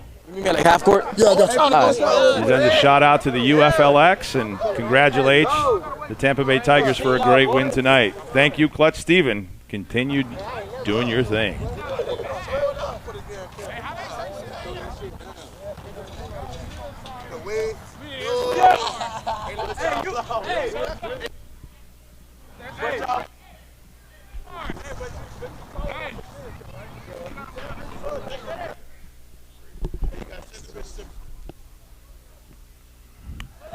Let's see.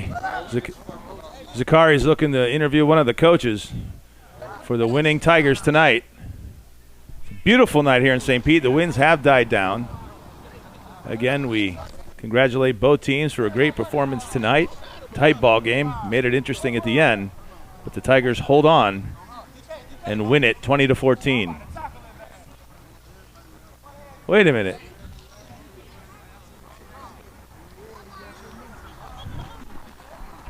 Hey, Mac, do you have a way to get a hold of Tom? Have him come closer to this side for better reception.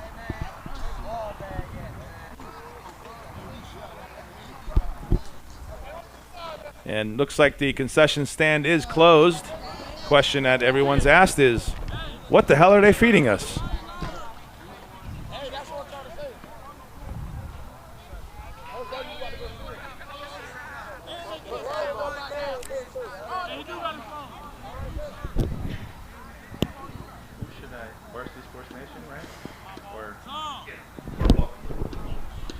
This game has been brought to you by Falkenberg Productions, by and through Varsity Sports Nation. The broadcast partner for the Universal Football League Extreme. We'd like to have all our UFLX teams, 23 of them now throughout the state of Florida, have a great season moving forward. We encourage professional play, professional presentation, and a whole lot of extreme football. And now, down to Zakari McKenzie on the field with. Go ahead.